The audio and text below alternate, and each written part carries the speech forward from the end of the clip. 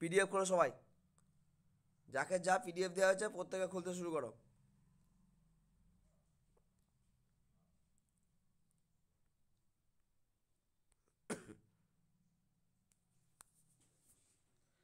দেখো, সববার ফার্স্টে আমাদের একটা কথা জানতে হবে, যে বলছে differences between the ethics and law, তাই তো?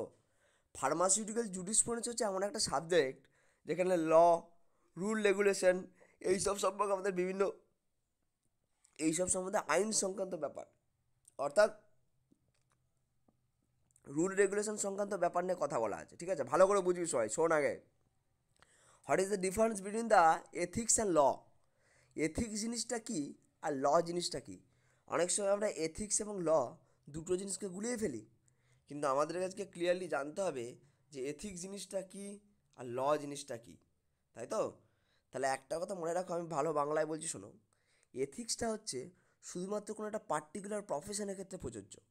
মানে আমি অন্য কোনো প্রফেশনে যাচ্ছি না, ধরো কোনো যদি একটা টিচিং প্রফেশন হয় তাহলে টিচিং প্রফেশন হোক, বা যদি আমাদের ফার্মাসি প্রফেশন হয় তাহলে শুধুমাত্র হচ্ছে ফার্মাসি প্রফেশন। মানে এই এথিক্স কথাটার মধ্যে কিন্তু টোটাল ওয়েস্ট বেঙ্গল বা টোটাল দেশের মানুষের ব্যাপার আসবে না। এথিক্স কথাটা যখন আমরা বলতে যাব তখন শুধুমাত্র আমাদের যে ব্যাপারটা আসবে সেটা হচ্ছে শুধুমাত্র একটা পার্টিকুলার প্রফেশন। আমার ধরো ফার্মাসি প্রফেশন, তো আমার ফার্মাসি প্রফেশনের মধ্যে এথিক্সটা অ্যাপ্লিকেবল। ধরো আমার ফার্মাসি প্রফেশনের মধ্যে এই যে আমি প্রতিদিন সকাল 10টার সময় যাব, প্রতিদিন আড়াইটা বা দুটো, আড়াইটা বা চারটে, এই পার্টিকুলার একটা টাইম, যে হসপিটালে যেমন একটা স্ট্যান্ডার্ড টাইম থাকে, এই টাইমেই তোমাকে বেরোতে হবে। এবং প্রতিদিন হসপিটালে গিয়ে তোমাকে খাতার মধ্যে সাইন করতে হবে যে তুমি প্রেজেন্ট আছো কি না। এবং একটা হসপিটালের মধ্যে যারা সিনিয়র স্টাফ আছে বা তোমার হায়ার র্যাঙ্কের যারা লোক আছে তাদেরকে যথাযোগ্য জায়গায় সম্মান দিতে হবে, এবং পেশেন্টের সাথে ভালো বিহেভিয়ার করতে হবে, ওষুধ সম্বন্ধে নলেজ থাকতে হবে। একটা প্রফেশনের পক্ষে স্ট্যান্ডার্ড হওয়ার জন্য যা যা রুল রেগুলেশনগুলো আছে সেটাকে আমরা এথিক্স বলবো। এথিক্সটা কিন্তু দেশের সর্বোচ্চ মানুষের জন্য প্রযোজ্য না, শুধুমাত্র একটা প্রফেশনের যে মানুষ, একটা পার্টিকুলার প্রফেশন, সে পার্টিকুলার প্রফেশনের মানুষকে সীমাবদ্ধ রাখার জন্য, ঐক্যবদ্ধ রাখার জন্য, বা কতগুলো রুল রেগুলেশনে মুড়ে দেওয়ার জন্য এথিক্সটা করা হয়েছে। ওই জন্য এথিক্সের ডেফিনেশন আছে, দেখো, ethics is defined as the rule by which a professional regulate action and set the standard for all its member.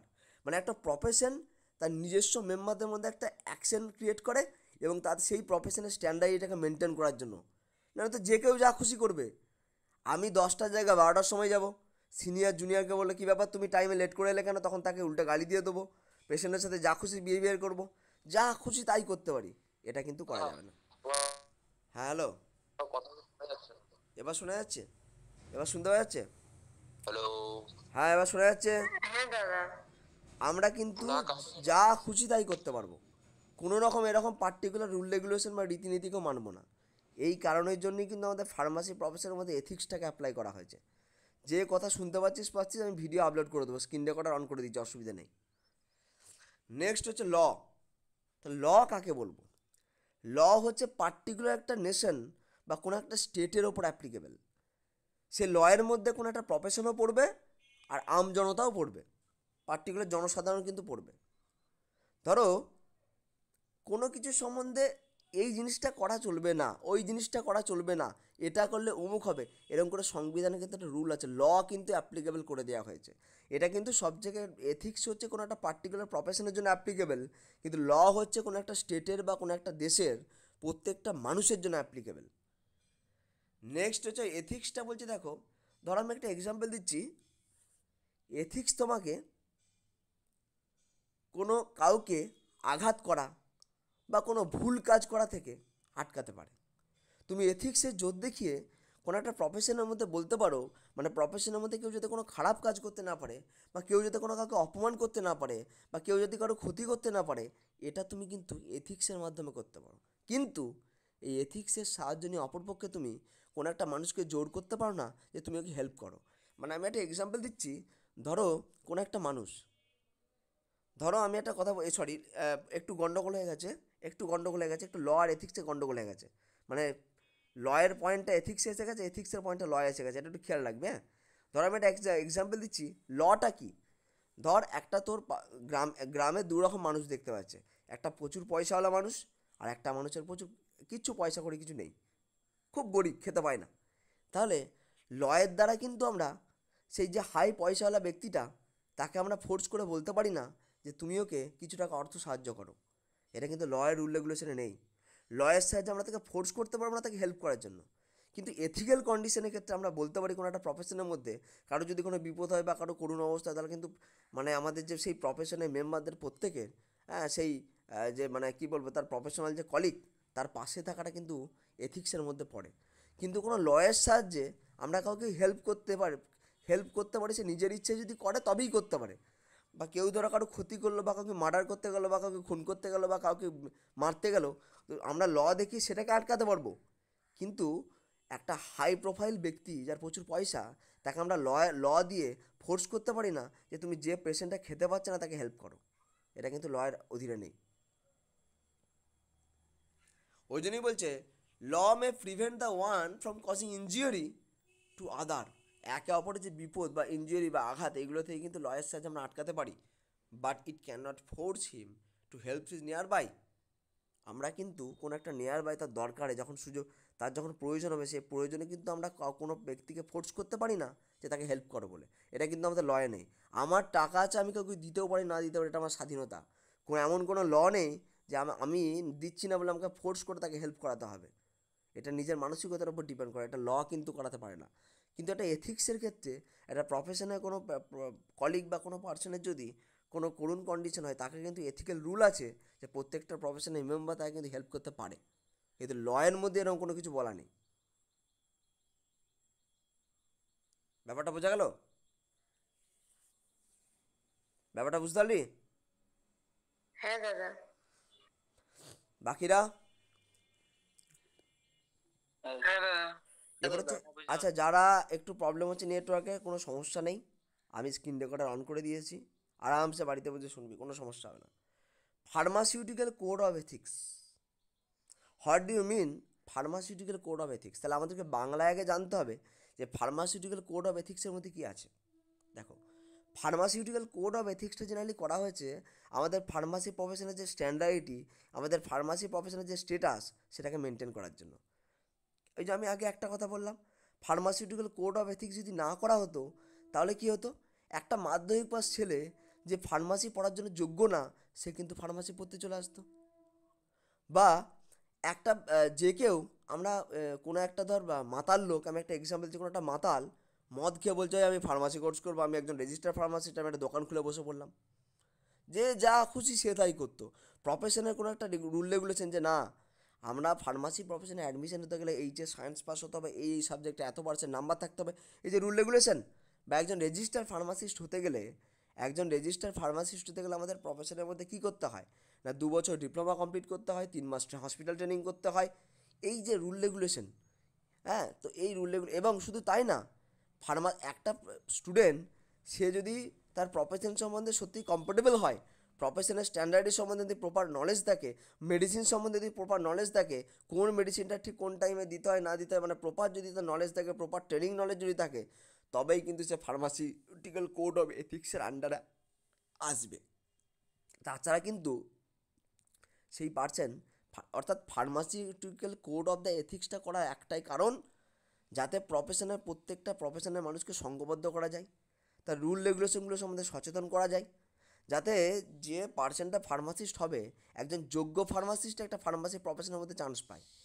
নাহলে একটা ভুলভাল লোক, যার মেডিসিন সংক্রান্ত কোনো বিষয়ে নলেজ নেই, সে ফার্মাসি প্রফেশনে ঢুকলো, যে যা পারলো, ফার্মাসি প্রফেশনের রাস্তা সবার জন্য খোলা, এই করে কী হলো, একটা নর্মাল পাবলিক ফার্মাসি প্রফেশনে ঢুকে তার ব্যবসা ইনকামের জন্য প্রফেশনে এসে গেলে পেশেন্ট হয়তো দেখা যাচ্ছে ওষুধ ভুলভাল দিয়ে পেশেন্টকে মেরে দিচ্ছে। তো এই ব্যাপারগুলো কোনো কোয়ালিফাইড পার্সন যাতে একমাত্র এই ফার্মাসি প্রফেশনের মধ্যে এন্ট্রি করতে পারে, এই জন্য ফার্মাসিউটিক্যাল কোড অফ এথিক্সটা করা। কিন্তু এবার দেখা যাক লাইনগুলো কি বলা আছে। Student in the professional education must become competence in the profession. অবশ্যই কিন্তু মানে যে সমস্ত স্টুডেন্টগুলো এই ফার্মাসি প্রফেশনে, যে কোনো প্রফেশনের ক্ষেত্রে যুক্ত থাকে, তাদেরকে তাদের নিজস্ব প্রফেশনের সাথে কম্পিটেন্স হতে হবে, দক্ষ হতে হবে। So he must be able to place he skill within the context of the society. তার যে স্কিল, তার যে কোনো একটা প্রফেশন সম্বন্ধে প্রপার নলেজ, তার যে এবিলিটি, সেগুলো আমাদের সোসাইটি বা আমাদের সমাজের মধ্যে তাকে দেখাতে হবে, শো করাতে হবে। Every professional practitioners needs the social understanding to do his work well. এবং প্রত্যেকটা প্রফেশনাল পার্সনের মধ্যে একে অপরের সাথে একটা সোশ্যাল কমিউনিকেশন দরকার। ধরো আমাদের টোটাল মেডিকেল কলেজে 30টা ফার্মাসিস্ট বা আদার স্টাফেদের সাথে কিন্তু প্রফেশনাল কী হতে হবে, প্রত্যেকের সাথে কমিউনিকেশন রাখতে হবে। তবেই কিন্তু আমরা কোনো একটা প্রফেশনের মধ্যে ভালোভাবে টু ডু ওয়ার্ক মানে ওয়ার্ক মানে আমরা ভালোভাবে কিন্তু কাজ করতে পারবো। Professional competence and the ethical behaviors are necessary for the practice of the any profession, and profession would be lost without their ethical codes. বলছে আমাদের আমাদের প্রফেশনের প্রতি দক্ষতা এবং আমার যে একটা কি বলবো তার যে এথিক্যাল বিহেভিয়ার, প্রফেশনাল বিহেভিয়ার, মানে ধরো তুমি একজন ফার্মাসিস্ট, তোমার বিহেভিয়ার, তোমাকে দেখে যেন মনে হয় যে তোমার ফার্মাসিস্ট নেচারটা যেন চোখ মুখের মধ্যে ফুটে ওঠে। তুমি ফার্মাসিস্ট হয়েছো, মুখে সেই সিনেমার হিরোদের মতো মুখে দাড়ি গোঁফ রেখে স্টাইল করে, হ্যাঁ ওইরকম কিন্তু প্রফেশনাল মানে তোমাকে দেখে যেন মনে হয় যে এই পার্সনের মধ্যে একটা প্রফেশনাল ক্যারেক্টারিস্টিক বহন হচ্ছে, দেখে যেন মনে হয় না ফার্মাসিস্ট বলে। সেরকম কিন্তু একটা তার প্রফেশনাল সম্বন্ধে যেমন দক্ষ হতে হবে, তেমনি একটা ফার্মাসির ক্যারেক্টার বা ফার্মাসিস্টের ক্যারেক্টার কিন্তু তোমার চেহারার মধ্যে যেন প্রকাশ পায়, সেটা কিন্তু দেখতে হবে। আর আমাদের ফার্মাসিউটিক্যাল কোড অফ এথিক্স ছাড়া কিন্তু প্রফেশনের কোনো ভ্যালু নেই, এটা মাথায় রাখতে হবে। এবার আরেকটা কি বলা আছে, এই সমস্ত জিনিসগুলো বারবার এখানে রিপিট করা আছে, একটু পড়ে নেবে। আর একটা জিনিস বলা আছে, দেখো, this profession is associated with the medical profession in responsible duty of কী বলছে প্রিসার্ভিসিং দ্য পাবলিক হেলথ। বলছে আমাদের প্রফেশনালটা তো মেডিকেল প্রফেশনের অন্তর্ভুক্ত, ওই জন্য শুধু তাই না আমাদের পাবলিক হেলথের সাথে যুক্ত থাকতে হয়। পাবলিক হেলথের সাথে যুক্ত থাকতে হয় মানে ধরো আমরা এই যে যখন ডিসপেন্সিং করি, পেশেন্টকে বোঝাই, তখন কিন্তু এটা পাবলিকের সাথে ডাইরেক্ট কিন্তু আমরা ডিল করছি। ওই জন্য বলতে আমাদের প্রফেশনটা যেমন মেডিকেল প্রফেশন, তেমনি আমরা কিন্তু পাবলিকের সাথে ডিল করি, অর্থাৎ পাবলিক হেলথের সাথে কিন্তু আমাদেরকে ডিলিং রাখতে হয়। নেক্সট দেখো, এবার আরেকটা জিনিস, আমরা যখন ফার্মাসি প্রফেশনের যারা আছি, যারা ডিসপেন্সিং করি, তারা কিন্তু একটা জিনিস, তাদেরকে কিন্তু যেমন একটা ওষুধের আমরা জানি যেমন ওভারডোজ আছে, তার থেরাপিউটিক ডোজে বা তার সুইটেবল ডোজে যেমন আমরা রোগকে ট্রিটমেন্ট করতে পারি, আমরা জানি সেই ওষুধে যদি ওভারডোজ হয়ে যায়, সেই ওষুধই কিন্তু টক্সিক হিসেবে কাজ করে। শুধু তাই না, বিভিন্ন ড্রাগ এবং টক্সিক সাবস্টেন্স, ধরো কোনো একটা লোশন যেটা স্কিনে অ্যাপ্লাই করতে বলা আছে, সেটা যদি ভুল করে পেশেন্ট খেয়ে নেয়, তাহলে কিন্তু সেটাই তার বডিতে টক্সিটি তৈরি করতে পারে বা পেশেন্ট মারাও পর্যন্ত যেতে পারে। ওই জন্য আমরা কিন্তু ডিসপেন্সিংয়ের জায়গাটা খুবই ভ্যালুয়েবল, খুব গুরুত্বপূর্ণ। ওই জায়গাটা কিন্তু যাকে তাকে দিয়ে কোনোভাবে চালানো যাবে না। ওই জায়গাটা কিন্তু কোন ওষুধটা কত ডোজ সুইটেবল, কোন ওষুধটা কাকে দিতে হবে, কোনটা আমাকে ওরালি খেতে হবে না, কোনটা টপিক্যালি অ্যাপ্লাই করতে হবে, কোনটা বডির মধ্যে অ্যাপ্লাই করতে হবে, সেগুলো কিন্তু পেশেন্টকে ভালো করে বোঝানোর জন্য এটা কিন্তু একটা রিস্কি ব্যাপার। এই জন্য যে পার্সেন্টটা কাউন্টারের মধ্যে বসে থাকবে বা ডিসপেন্সিং, যে যে শুনতে পাচ্ছি। যে যে পেশেন্টটা হচ্ছে আমাদের ডিসপেন্সিংয়ের মধ্যে বসে থাকবে, তাকে কিন্তু কোন ওষুধের ওভারডোজটা কী হবে, কোন ওষুধটা ঠিকঠাক করে ব্যবহার করা উচিত, কোন ওষুধের হাইলি টক্সিটি আছে, কোন ডোজে টক্সিটি প্রদান করবে, কোনটা ওরালি খাওয়া উচিত, কোনটা বডিতে অ্যাপ্লাই করা উচিত, প্রত্যেকটা সম্বন্ধে কিন্তু সবাইকে সচেতন থাকতে হবে। এই যে এটা কিন্তু একজন প্রফেশনাল লোক ছাড়া এটা পারবে না। তোমার পরিবর্তে আমি যদি অন্য কোনো একটা পাবলিককে এসে বস করিয়ে দিই, সে কি এই জায়গাটা মেনটেন করতে পারবে? ওই জন্য কিন্তু সেই সম্বন্ধে দক্ষ লোককে, অর্থাৎ ফার্মাসিস্টকেই কিন্তু এই ডিসপেন্সিং এরিয়ায় কিন্তু বসাতে হবে।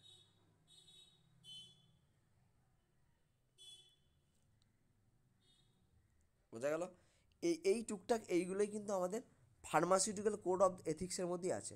বারবার লাইনগুলো রিপিট করা আছে, ওই জন্য মেন জায়গাগুলো থেকে আমি বলে দিলাম, তোরা নিজেরা পড়ে নিবি। পড়তে গিয়ে যদি কোনো প্রবলেম হয় তখন আমাকে জিজ্ঞেস করতে পারিস। যে জায়গাগুলো মূল জিনিসটা বললাম, সেই জায়গাগুলো কিন্তু ফার্মাসিউটিক্যাল কোড অফ দ্য এথিক্সের মধ্যে আছে। Pharmacist relation to this job, আমরা ফার্মাসিস্টরা আমাদের জবের সাথে কীভাবে রিলেট হয়ে আছি, দেখো প্রত্যেকটা পয়েন্টকে বুঝতে হবে কী বলছে। ফার্স্ট পয়েন্ট আছে, a pharmacist should provide an efficient and reasonably comprehensive pharmaceutical service through the medical store or pharmacy. অর্থাৎ আমরা প্রত্যেকে ফার্মাসিস্টদেরকে অবশ্যই তার প্রফেশনের প্রতি দক্ষতার সাথে এবং ফুল এফিসিয়েন্টের সাথে কিন্তু মানে ফুল সক্ষমতা এবং ফুল দক্ষতার সাথে কিন্তু আমাদের ফার্মাসিউটিক্যাল সার্ভিসকে পরিচালনা করতে হবে। কোনো রকম ভয় ভীতি বা আমার প্রফেশন সম্বন্ধে কোনো জায়গায় নলেজের অভাব, এইসব পার্সেন্ট কিন্তু ফার্মাসি প্রফেশনের মধ্যে থাকা জরুরি না। যারাই ফার্মাসি প্রফেশনে থাকুক প্রত্যেকে কিন্তু তার ফুল সক্ষমতা, তার ফুল দক্ষতা দিয়ে কিন্তু আমাদের প্রফেশনের মধ্যে কাজ করতে হবে। Second point, such services include the supply of the commonly required medicine without undue delay and furnishing the emergency supply at all time। বলছে কোনো রকম ডিলে ছাড়া আমাদের কিছু কিছু এমার্জেন্সি মেডিসিন থাকে, যেমন হার্টের মেডিসিনগুলো, যেমন আমাদের কিছু কিছু অ্যাড্রিনালিন ইঞ্জেকশান আমরা পড়েছি, সেই কিছু কিছু মেডিসিন কিছু কিছু এমার্জেন্সি মেডিসিন আছে, সেই সমস্ত মেডিসিনগুলো কিন্তু প্রত্যেক অল টাইম আমাদেরকে স্টকের মধ্যে রাখতে হবে। যদি এরকম হয় যে ভিতর থেকে বা ইনডোর থেকে বা নার্সিং ইউনিট থেকে তোমার ওপর একটা নির্দেশ এলো যে না এরকম একটা ইমিডিয়েট পেশেন্ট এসছে, সেই মুহূর্তে নার্সিং ইউনিটের মধ্যে স্টক নেই, তোমাকে কিন্তু ইমিডিয়েট কোনো রকম ডিলে ছাড়াই সেই ইমার্জেন্সি টাইপের মেডিসিনগুলো কিন্তু সাপ্লাই দিতে হবে। কোনো রকম ডিলে ছাড়াই কিন্তু এমার্জেন্সি টাইপের মেডিসিনগুলো সাপ্লাই দিতে হবে, এটা কিন্তু মাথায় রাখতে হবে। এবং একটা পার্টিকুলার স্টক যেন মেনটেন থাকে। যেমন কোনো সময় একবার বন্যা হয়েছিল, বন্যার সময় হ্যালোজেন ট্যাবলেট বলে একটা ট্যাবলেট আছে, হ্যালোজেন ট্যাবলেট, যেটা ডিসইনফেকশনের কাজ করে। তো সেই হ্যালোজেন ট্যাবলেটগুলো আমাদেরকে অনেক সময় স্টক করে রাখতে হয়। অর্থাৎ কোন সিজনে কোন রোগগুলো হতে পারে সেই হিসাবে কিন্তু আমাদেরকে এমার্জেন্সি কিছু কিছু মেডিসিন সাপ্লাই করে রাখতে হবে। শীতকালের মধ্যে অ্যাজমাটিক পেশেন্ট বেশি থাকে, শীতকালের মধ্যে ঠান্ডা লেগে যাওয়া বা এই টাইপের বেশি হয়, তখন এই জন্য অ্যাজমাটিক পেশেন্টের ওষুধ বেশি করে তুলে রাখতে হয়। আচ্ছা, যখন আমাদের ডায়রিয়া হয় বেশি, ডায়রিয়া সিজনের সময় ডায়রিয়ার কিছু মেডিসিন এমার্জেন্সি তুলে রাখতে হয়।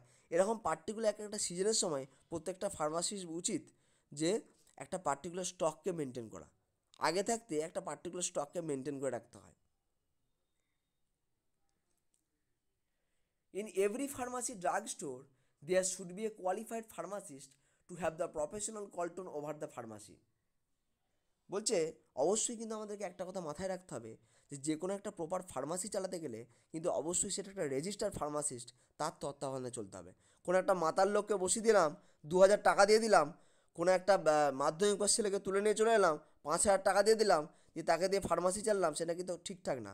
কিন্তু এখন আর রুল রেগুলেশনগুলোকে মানে, এখন তো যা খুশি তাই হয়ে গেছে। ওই জন্য কিন্তু একটা ফার্মাসি প্রপারলি চালাতে গেলে একজন রেজিস্টার্ড ফার্মাসিস্টের তত্ত্বাবধানে কিন্তু চালানো উচিত।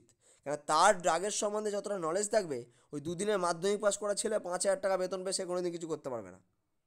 আর দোকানদারগুলো কী দেখে যে একজন ফার্মাসিস্টকে রাখতে হলে 10,000 15,000 টাকা করে বেতন দিতে হবে, ওই জন্য তারা ওই দিক থেকে করার, এদিকে হচ্ছে একজনকে ধরে নিয়ে চলে আসে।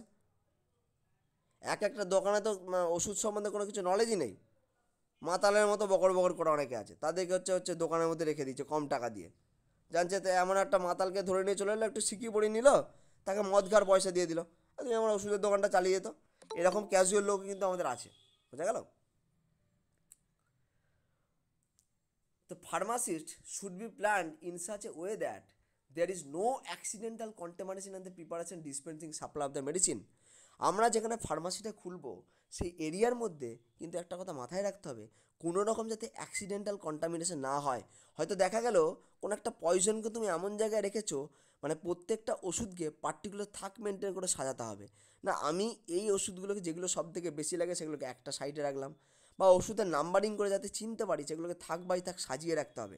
কিন্তু এমন হয়তো দেখা গেল ধুর রাখ তো কী হবে, যতগুলো ওষুধ আছে জড়ো জড়ো করে এক কাছে রেখে দিলাম, হ্যাঁ ওষুধ গাড়ি থেকে নামছে আর আমরা হচ্ছে ওই এর ঘাড়ে ওর গদ্দানে করে এক কাপড়ে রেখে দিচ্ছি, সেই যেমন সেই কলকারখানায় মাল নামে দেখেছিস, সে মাল নামার মতো করে সব হচ্ছে এক জায়গায় সব করে রেখে দিলাম, সে লেপ বালিশ তোষক যেমন করে থাকে ওরকম করে কিন্তু কখনোই রাখা চলবে না।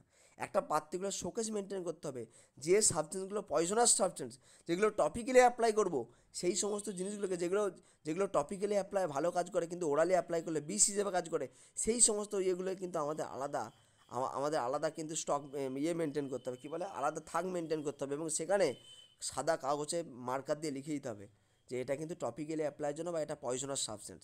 নাহলে কিন্তু যে কোনো সময় এর ঘাড়ে ওর গদ্দানে মিশে গেলে কিন্তু যে কোনো সময় অ্যাক্সিডেন্টাল কন্টামিনেশন কিন্তু হতে পারে। এবং আমরা ধরো আমি হাইপোক্লোরাইড সলিউশন বা কোনো সলিউশন টাইপের কিছু এনেছি, বা কোনো দাহ্য পদার্থ আমার ফার্মাসির মধ্যে আছে, সেগুলো কিন্তু পার্টিকুলার একটা জায়গায় রাখতে হবে। হুড়মুড় করে ওষুধের গায়ে রেখে দিলাম, একটা ওষুধ আনতে গিয়ে সেটা পড়ে গিয়ে দোকানের মধ্যে কোনো রকম একটা বড়সড় বিপদ হয়ে গেল বা আগুন লেগে গেল, এরকম সিচুয়েশনের ক্ষেত্রে কিন্তু খুব সাবধান। ওই জন্য যাতে কোনো অ্যাক্সিডেন্টাল কন্টামিনেশন না হয় সেই জন্য ফার্মাসির স্টোরেজটা বা সাজানো গুছানোর ব্যাপারগুলো প্রপারলি করতে হবে। দ্য শোনা যাচ্ছে? আমি স্টপ হয়ে গিয়েছিলাম, আমার ইনকামিং কল এসেছিল। দ্য অ্যাফেয়ার্স প্রিমিসেস, হ্যাঁ ঠিক আছে, এবার শুরু করছি। আমি এতক্ষণ কিছু বলিনি, চিন্তা নেই। The appearance of the premises should be reflect the professional characteristic of the pharmacy and indicate to the public that the practice of the pharmacy is the main purpose of the establishment. বলছি তুমি একটা ওষুধের দোকান খুলেছো, pharmacy খুলেছো, আরে সেটা যেন pharmacy বলে মনে হয়।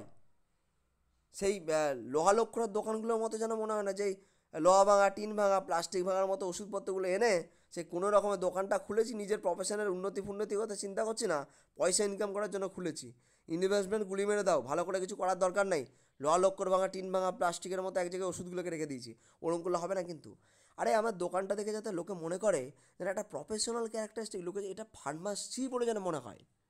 এটা কোনো লোহা লক্ষ্যর বা প্লাস্টিকের দোকান না, এটা একটা ফার্মাসি। সেরকম গেট আপ তৈরি করতে হবে একটা দোকানের মধ্যে, কাঁচ লাগাতে হবে, সুন্দর করে ওষুধগুলো সাজাতে হবে, একদম টিপটাপ ক্লিন পরিষ্কার রাখতে হবে। লোকে যেন দেখে দেখে যেন হাফটা রোগ সুস্থ হয়ে যায়, এবং লোকে যেন সম্মানের সাথে দেখে একটা ওই ফার্মাসির মধ্যে ঢোকার একটা ভক্তি জাগে, যে না এটা হচ্ছে একটা প্রপার ফার্মাসি, এখানে গেলে মানুষের হাফ রোগ সুস্থ হয়ে যাবে। একটা মানে কি, ফার্মাসিটা দেখে যেন প্রপার একটা ফার্মাসির অরিজিনাল যে ফার্মাসির ক্যারেক্টারিস্টিক যেন বহন করে, সেরকমভাবে তোমাকে ব্যবসাটা করতে হবে। আর একটা কি, ওই যে বললাম, একটা ফার্মাসিস্ট থেকে গম দাঁড়িয়ে রেখে স্টাইল করে চুলটা এত বড় বড় রেখে দিল, ওরকম না। প্রপার শেভিং করতে হবে, একটা ফার্মাসিস্ট ফিটফাট থাকতে হবে, যেন তাকে দেখে লোকে মনে করে ফার্মাসিস্ট বলে। তাকে লোকে যেন দেখে পাঁচজন দেখে। তোমার যদি হিরো হওয়ার শখ থাকে, তুমি তাহলে বলিউডে যাও, তোমাকে ফার্মাসি প্রফেশন আজ থেকেও বলেনি। হেলথ ডিপার্টমেন্ট হিরো হওয়ার জন্য না, হেলথ ডিপার্টমেন্টটা হচ্ছে অরিজিনাল হিরো হও, হেলথ ডিপার্টমেন্টে আসো, ভালো কিছু করো, মানুষের কাজে লাগাও, এইভাবে কিন্তু হিরো হওয়া যায়। এইখানে কিন্তু তুমি স্টাইল করে চুলের ডিজাইন করে কালার করে কোনো ফার্মাসি প্রফেশনকে খুব কম পার্সেন্টেজ কাউকে দেখতে পাবে না যে এরকম করে বলে। তোমার নিজের চেহারা, তুমি যে কোনো ফার্মাসিতে যে ব্যবসা করছো, তাই ব্যবসার যে প্রপার স্ট্রাকচার, সেটা দেখি তার মধ্যে একটা ফার্মাসি ফার্মাসি ভাব থাকতে হবে, তার মধ্যে একটা মেডিকেল প্রফেশনমূলক একটা ক্যারেক্টারিস্টিক বহন করতে হবে, যেন থাকে। প্র্যাকটিক্যাল ট্রেনিং, প্র্যাকটিক্যাল ট্রেনিং করতে গেলে দেখা যাচ্ছে 3 মাস ট্রেনিং করতে যাচ্ছে মেডিকেল কলেজগুলোতে, বাকি ফার্মাসিস্ট এমন কিছু কিছু আছে যারা বলছে ধর চলো, এই তো ট্রেনিংগুলোকে মুরগি পেয়েছি, এখন 3 মাস ট্রেনিং করবে, 3 মাস আমরা একটু বাড়িতে আরাম করব, একটু আড্ডা গল্প স্বল্প মেরে কাটাবো, ওটা কিন্তু করা যাবে না। যারা অভিজ্ঞ ফার্মাসিস্ট আছে, যারা ট্রেনিং যাবে, তাদের কাছে কিন্তু সমানে বসে থাকতে হবে, তাদের কাছে বসে থেকে লক্ষ্য রাখতে হবে যে আমি একটা জিনিস বলে দেওয়ার পর, শিখিয়ে দেওয়ার পর সে প্রপারলি সেই জায়গাটা করছে কি না, প্রপারলি খাতাটা স্টক মেনটেন করতে পারছে কি না, বা যখন সে ডিসপেন্সিং করছে সে ডোজ ঠিকঠাক করে বলছে তো। আমি শিখিয়ে তো দিলাম, কিন্তু যে ট্রেনি ফার্মাসিস্ট এসছে সে ঠিকঠাক করে ডোজ বলছে তো, সে ঠিকঠাক করে পেশেন্টকে বোঝাতে পারছে তো, সেটা কিন্তু একজন অভিজ্ঞ ফার্মাসিস্টকে কিন্তু দেখে সেই জায়গাটা ম্যানেজ করতে হবে। এখানে গেলাম 3 মাস ট্রেনিং করতে এসছে, গাদা গাদা ট্রেনিং এসছে, সবগুলোকে বসিয়ে দিয়ে চলে গেলাম, ওটা কিন্তু করা চলবে না, কারণ তাদের তো ট্রেনিং, তাদের তো প্র্যাকটিক্যাল নলেজ নেই। তাদেরকে সমানে গাইড করতে হবে, তাদেরকে স্টক মেনটেন করা শেখাতে হবে, তাদেরকে পার্টিকুলার ডোজের সম্বন্ধে অবগত করতে হবে, এবং চেক করতে হবে তারা যে প্র্যাকটিক্যাল ফিল্ডে পেশেন্টের ওপর অ্যাপ্লাই করছে, তারা প্রপার ডোজ ঠিকঠাক মেনটেন করতে পারছে কি না।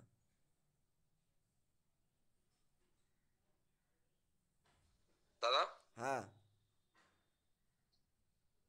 এই যে ট্রেনিংটা যে হয় 3 মাসের, হ্যাঁ এটা কি কোনো ফার্মাসিস্টের আন্ডারে হয় না কোনো অবশ্যই, ডাক্তার বা ফার্মাসি অন্য সই না করলে হবে আন্ডারে না। হয়, কোনো হসপিটাল? কোনো হসপিটাল না, ওটা ও ফার্মাসিস্টের আচ্ছা। আন্ডারই হবে। ফার্মাসিস্ট না থাকলে ওটা তো কেউ ইয়ে করবে না, তার দায়িত্ব হবে, যে ইনচার্জ থাকবে তার দায়িত্বে এই ট্রেনিংগুলো হয়। হ্যাঁ। হ্যাঁ। আর হচ্ছে ওটার ক্ষেত্রে কি আলাদা কোনো মানে পয়েন্ট বা ইসে থাকে যে ও একটা মানে তাই মানে 3 মাসে যে ট্রেনিংটাও ভালো করে করছে, হুম। এটার ক্ষেত্রে কোনো ক্রেডিট থাকে এক্সট্রা? না ওরকম করে ক্রেডিট থাকবে না, না ওরকম করে ক্রেডিট থাকবে না, কিন্তু ওটা দেখা না মানে উচিত, মনে দেখা উচিত, কেন তিনটের মধ্যে। দেখ, আজ একটা কথা বলছি, দেখা উচিত, এই কারণেই দেখা উচিত, তার কারণ হচ্ছে বাই চান্স দেখা যাচ্ছে বড় সড়ো তো ক্ষতি, তো হয়তো ট্রেনিং তো হয়তো একদম পুরো একদম যে প্রফেশনাল সেরকম তো না, এবার বাই চান্স হয়তো হ্যাঁ। সমস্যা হতেই পারে, ওই জন্য প্রত্যেকে ওই গাইডেন্স থাকাটা একটা জরুরি, যে না এরকম ব্যাপার, মানে একটা প্রপার থাকাটা জরুরি। না মানে যে গাইডেন্স দিচ্ছে ওই যদি মনে করো যে কোনো ইসে করলো, যে মনে করো ইন্টারভিউতে কোনো ওই পয়েন্টটা যদি দেখাতে না না পারতাম না যে না, হ্যাঁ ওই 3 ওই মাস না না, ট্রেনিং। ওইগুলো ওরকম কোনো ব্যাপার না। ওইগুলো কোনো ট্রেনিং ভালো করলে বা ভালো হবে এরকম কোনো ব্যাপার কিন্তু নেই। প্রত্যেকের ক্ষেত্রে সমান, যে ভালো শিখতে পারবে তার তো প্র্যাকটিক্যাল লাইফে ভালো হবে। আর যারা ভালোভাবে এখান থেকে পড়াশোনা করেছে তাদের শেখার দরকার হয় না।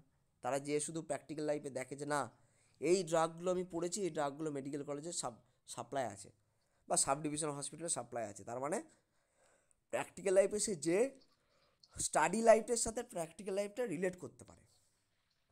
নিজের এক্সপেরিয়েন্সটা বাড়ানোর জন্য এটা শুধু হ্যাঁ, আর কি। দেখো নেক্সট এবার বলছে। দাদা, হ্যাঁ,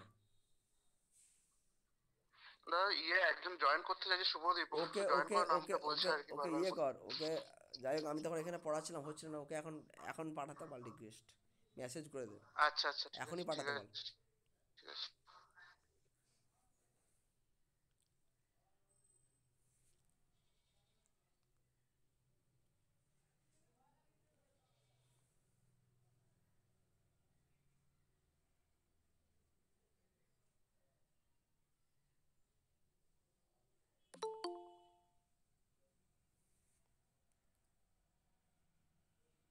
হয়েছে?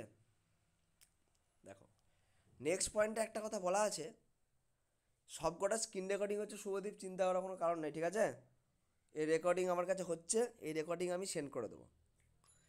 এবার ঘটনা হচ্ছে যে, হ্যাঁ দাদা, ঠিক আছে। হ্যাঁ, এবার বলছে price of the drug and medicinal preparation charge from the customer should be fair and including dispensing and compounding charges without আনডিউলি tax and পারচেসার। তার মানে ঘটনা একটা কথা বলছে যে, ধরো বাজারে কোনো একটা ওষুধের যে প্রপার মূল্য, ফেয়ার প্রাইস যেটা যা হবে, সেই প্রপার মূল্য মেনটেন করে কিন্তু কাস্টমার কাছ থেকে নিতে হবে। এমন না যে দেখছো কোনো পেশেন্ট সে জানে বলে তার কাছ থেকে প্রপার দাম নিলাম, এবং আমি দোকান চালাচ্ছি এবং যে বোকাশোকা মানুষ তার কাছ থেকে 5 টাকা বেশি নিয়ে নিলাম, এরকমটা কিন্তু কখনোই করা চলবে না। এরকমটা কিন্তু, এটা কিন্তু একটা নিয়মের মধ্যে পড়ে না, ফার্মাসিউটিক্যাল কোড অফ এথিক্সের মধ্যেও কিন্তু এটা পড়ে না। এই জিনিসটা করা চলবে না কিন্তু। বা ডিসপেন্সিং করবে বা পারচেস করে দেবে বা আলাদা কোনো এক্সট্রা চার্জেস দেবে, এরকম কিন্তু করা যাবে না। মানে যেটা বাজারে ফেয়ার প্রাইস চলবে সেই মূল্য অনুযায়ী কিন্তু তার কাছ থেকে নিতে হবে। নেক্সট বলছে pharmacist should not make any attempt to capture the business to fellow pharmacist by unhealthy competition or cut throat competition, that is by offering the reduce price, gift price. দেখবি কল্যাণীতে যারা থাকিস তারা দুদিন পর আমার কথাটা মিলিয়ে দেখতে পাবি। হোস্টেলে যখন যাবি দেখবি কল্যাণীর দোকান, হসপিটালের পাশে যে ওষুধের দোকানগুলো আছে না, এরা মুখের আওয়াজ করছে, দেখবে তার হাতের ইশারা করছে, হাতগুলোকে না এরকম করে সামনে দিয়ে স্ট্রেট করে করে এরকম করে হাতগুলোকে নাড়াতে থাকে, আসুন আসুন আসুন আসুন করে হাতগুলো নাড়াতে থাকে, এরকম এরকম একটা, এটা কল্যাণী ট্র্যাডিশন, শুনতে পাচ্ছি না। এটা কল্যাণী ট্র্যাডিশন। হাতটাকে লম্বা স্ট্রেট করে, দাদা, কিছু শোনা যাচ্ছে কোথা না। থেকে দাদা? হাতটা এরকম নাড়াই, কল্যাণীতে দেখবি এরকম ট্র্যাডিশন আছে, হাতটা নাড়াই, স্ট্রেট করবে, স্ট্রেট করেছে এরকম, মানে হাতটাকে নাড়াবে এর মতো, মানে পেশেন্টগুলোকে ডাকছে। 4-5টা দোকান পরপর থাকে, 4-5টা দোকানে পেশেন্টগুলোকে এরকম করে হাতটা নাড়ি নাড়ি ডাকে। তো এরকম বলছে ফার্মাসিস্টকে, তার তুই একটা দোকান, তুই একজন ফার্মাসিস্ট, তোর নিজস্ব একটা বিজনেস আছে, তার পাশে আর একজন ফার্মাসিস্ট বিজনেস করছে। বলছে কখনো তুমি তোমার পাশের যে ফার্মাসিস্ট আছে তাকে কিন্তু তুমি কখনো কোনোভাবে ডাউন করার জন্য কিন্তু কোনো রকম অ্যাটেম্প তোমাকে নেওয়া চলবে না। কীভাবে না, তুমি বলতে পারো না আসুন আসুন আসুন আমার কাছে নিলে 10% 15% ডিসকাউন্ট পাবেন, আসুন আসুন আমার কাছে যদি 1000 টাকার মেডিসিনাল 500 টাকা ফ্রি, 500 টাকার মেডিসিনাল 1 লাখ সাবান ফ্রি, এরকম করলে কিন্তু কোনো রকম অ্যাডভার্টাইজমেন্ট দেওয়া চলবে না। পেশেন্টকে তুমি গিফট এবং প্রাইজে লোভ দেখাবে, হ্যাঁ, এরকমটা কিন্তু করা চলবে না। আমার কাছে 500 টাকা যদি ওষুধ নিলে 1 গ্লাস কোল্ড ড্রিঙ্কস ফ্রি, কী মজার জিনিস। তো তোমার পাশেও তার একজন বিজনেসম্যান আছে, তুমি কিন্তু এরকম কোনো ল এবং রুল রেগুলেশন নেই যে তুমি কোনো একটা গিফটের লোভ দেখিয়ে, কোনো প্রাইজের লোভ দেখিয়ে, বা তুমি দাম কমানোর লোভ দেখিয়ে যে এত 1000 টাকার মেডিসিন কিনলে 10% বা 15% এগুলো করে, কিন্তু এটা উচিত না, এটা কিন্তু নিয়ম নেই, আমাদের রেগুলেশনে কিন্তু নেই তুমি এরকম করতে পারো। অর্থাৎ তোমার অধিকার নেই তুমি কোনো রকম প্রাইস কমিয়ে গিফট মাধ্যমে প্রাইস দেওয়ার নাম করে তুমি পাশের যে ব্যবসা করছে তার মার্কেটটা লস করাও, মার্কেটটা ডাউন করাও, এটা কিন্তু কখনোই রুল রেগুলেশনের মধ্যে নেই। এটা যদি করো আর আমি যদি কোর্টের মধ্যে কেস করি, তাহলে কিন্তু শাস্তিমূলক ব্যবস্থা তার বিরুদ্ধে নেওয়া যেতেই পারে।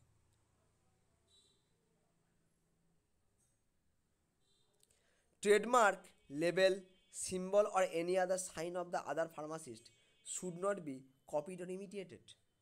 দেখা যাচ্ছে আমি একটা ফার্মাসিস্ট, আমি চিন্তা করছি কি দূর আমার এইসব ব্যবসা করে পোষাচ্ছে না, আমাকে কোনো 2 নম্বরই ব্যবসা করতে হবে। এবার 2 নম্বরই ব্যবসা করতে গেলে যদি আমি আমার রেজিস্ট্রেশন থেকে 2 নম্বরই ব্যবসা করতে যাই বা আমার কোনো ট্রেডমার্ক থেকে ব্যবসা করতে যাই, তাহলে আমি ধরা পড়ে যাব, ধরা পড়ে গেলে আমার রেজিস্ট্রেশন ক্যান্সেল হতে পারে। এবার সে কি চালাকি করলো, ধরো বাজারের মধ্যে একটা সবথেকে বড় দোকান আছে গাঙ্গুলি মেডিকেল, আমি একটা কথা বলছি, গাঙ্গুলি মেডিকেল হল বড় দোকান আছে। তো আমরা কী করলাম, সেই গাঙ্গুলি মেডিকেল হলের যে প্যাড, সেই প্যাডের মতো ডিটো কোনো একটা প্যাড ছাপালাম, প্যাড ছাপিয়ে বা তাদের থ্রু তাদের ট্রেডমার্ক বা তাদের কোনো সিম্বল বা তাদের কোনো কিছু দোকানের কোনো কিছুকে নিয়ে আমরা 2 নম্বরই ওষুধের ব্যবসা চালু করে দিলাম। তাহলে লোকে এবার কী হলো, যখন কোনো প্রবলেম হবে তখন দেখবে যে না এরা তো এই গাঙ্গুলি মেডিকেল হল থেকে করছে। এরকম করে যদি আমরা কোনো ফার্মাসিস্টকে বা আদার কোনো ফার্মাসি প্রফেশনকে বিজনেসকে যদি আমরা ফাঁসানোর চেষ্টা করি বা কোনো ট্রেডমার্ক বা কোনো কিছু লেবেল বা কোনো দোকানের কোনো কিছু যদি ট্রেডমার্ক নকল করার চেষ্টা করি, সেটাও কিন্তু পানিশেবল। সেটার জন্য যদি জানতে পারা যায় ইমিডিয়েট কিন্তু কেস করা উচিত। আমার দোকানের কেউ ট্রেডমার্ক বা লেবেল নকল করে সেটাকে ইউজ করে কেউ যদি 2 নম্বরই ব্যবসা চালাতে পারে বা সেটাকে ইউজ করে নাম কামাতে পারে, সে যে হ্যাঁ এটা আমাদেরই দোকান, ওই দোকানটার ব্রাঞ্চ আমরা, হ্যাঁ ওই বড় দোকানটা আমাদেরই দোকান, এরকম করে মিথ্যে কথা বলে তার যে লেবেল, তার যে ট্রেডমার্ক, তার যে কোনো সিম্বল বা তার প্যাড এরকম কোনো কিছু ইউজ করে যদি মানে ব্যবসা মানে লাভের জন্য, মুনাফা লাভের জন্য, কিন্তু এটা কিন্তু কোনোভাবেই ঠিকঠাক কাজ না। এরকম কিন্তু একটা ফার্মাসিস্টকে কখনোই করা চলবে না। কোনো লোকের দোকানের বা লোকের ব্যবসার ট্রেডমার্ক লেবেল কোনো কিছু কিন্তু নকল করা যাবে না। Drugs or other ingredient required should always be purchased from the reputable sources. তুমি যে মেডিসিনগুলো কিনবে, তুমি যে ইঞ্জেকশন সে হোক বা ওরাল ট্যাবলেট ফর্ম হোক, যাই হোক, তুমি যে মেডিসিনগুলো কিনবে সেগুলো কিন্তু কোনো রেপুটেবল সোর্স থেকে আনতে হবে।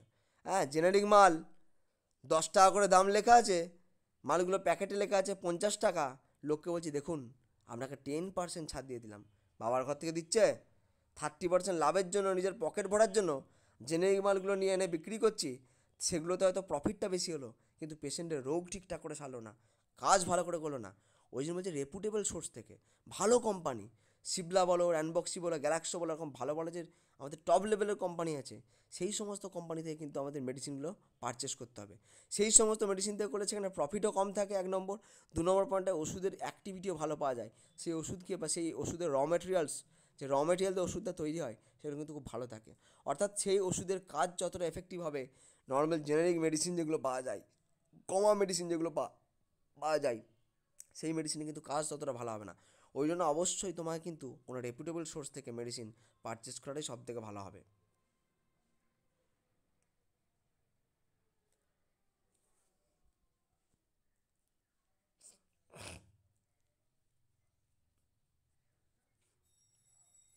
নেক্সট পয়েন্ট হচ্ছে hawking of the drug and others. Hawking করতে হবে। দেখো hawkings of the drug and medicine should not be কী হচ্ছে অরাক্সাইড অ্যান্ড এনি অ্যাটেম, কি মিনিংটা লিখেছে, এত কিছু এই কঠিন মিনিংটা দেওয়ার দরকার নেই, এটাকে চেঞ্জ করতে পারিস। And any attempt should not be made to collect the order from the door to door. এবার দেখা যাচ্ছে ফার্মাসিস্ট কী করছে, কোনো একটা লোককে লাগিয়ে দিয়েছে বাজারে বাজারে হকারগিরি করো। একজন লোক মার্কেটে গেছে, মার্কেটে গিয়ে বলছে দাদা প্যারাসিটামল নেবেন নাকি, প্যারাসিটামল নেবেন নাকি দাদা, 10 টাকায় 5 পিস, 10 টাকায় 5 পিস, 20 টাকা পাতা, এরকম করে হকারি করতে দিয়ে দিয়েছে।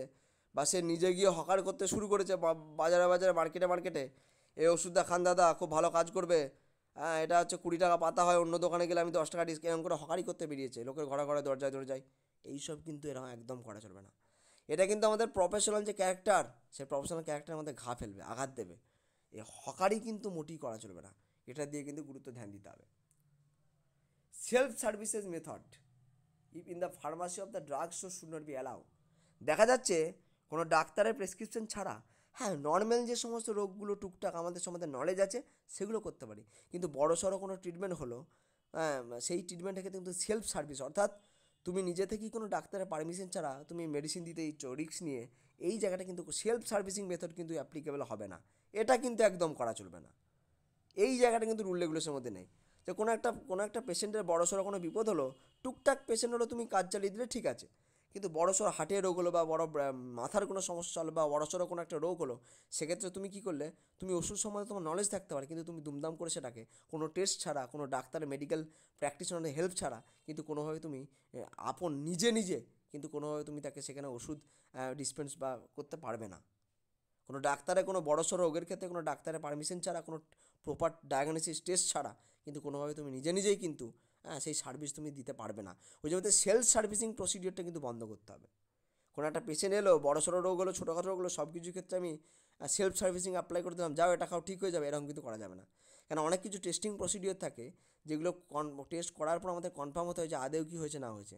আমি কোনো কিছু একটা সন্দেহ করে নিজে ওষুধ দিয়ে দিলাম, কোনো একটা বড়সড় রোগ হয়েছে, এই জিনিসটা কিন্তু নিজে রিস্ক নেওয়া চলবে না, বা সেলফ সার্ভিসিং প্রসিডিওরটা কিন্তু ফলো করা যাবে না ফার্মাসিস্টকে। বোঝা গেল? দাদা এমার্জেন্সি তো করা যাবে না?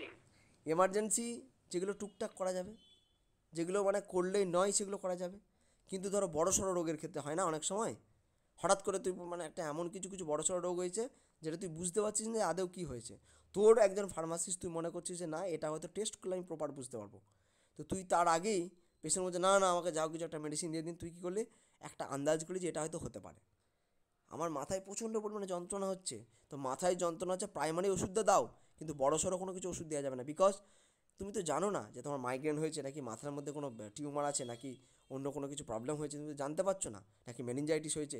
তো এই জন্য প্রপার ডায়াগনস্টিক আগে টেস্ট করতে হবে, টেস্ট করার পর প্রপার ডায়াগনোসিস। আপাতত তুমি নর্মাল যেটা কমন তুমি দিতে পারো, নর্মাল যে সমস্ত রোগগুলো আমাদের কমন হয়, কিন্তু তুমি কোনো রকম বড়সড় রোগের ক্ষেত্রে নিজের প্রেসক্রিপশন তুমি নিজে করতে পারবে না। সেক্ষেত্রে প্রপার টেস্ট, প্রপার ডায়াগনোসিস নিয়ে তারপরে কিন্তু টেস্ট শুরু করতে হবে। সেলফ সার্ভিসিং করো, কিন্তু কিছু এমার্জেন্সি সিচুয়েশনের ক্ষেত্রে করতে হবে তোমাকে, নর্মাল যেগুলো জানা আছে, যেগুলো টুকটাক বড়সড় রোগ না সেগুলোর ক্ষেত্রে। বোঝা গেল? বুঝতে পারলো সবাই? হ্যাঁ দাদা। দীপ, বাকিরা, দীপ, আশিস, হ্যাঁ বুঝতে পারছি। তোরছি হ্যাঁ দাদা। বলছে what is the objective of pharmacy act 1948? তাহলে ফার্মাসি অ্যাক্ট কবে পাস হয়েছিল? 1948। আমি জুডিসপ্রুডেন্সের যতগুলো অ্যাক্ট আছে প্রত্যেকটা অ্যাক্টের যতগুলো সাল আছে সেগুলো চার্ট আমি আলাদা করে বানিয়ে দেবো, শুধুমাত্র সালগুলো থাকবে যেখানে, তাহলে আমাদের মনে রাখতে সুবিধা হবে। ঠিক আছে?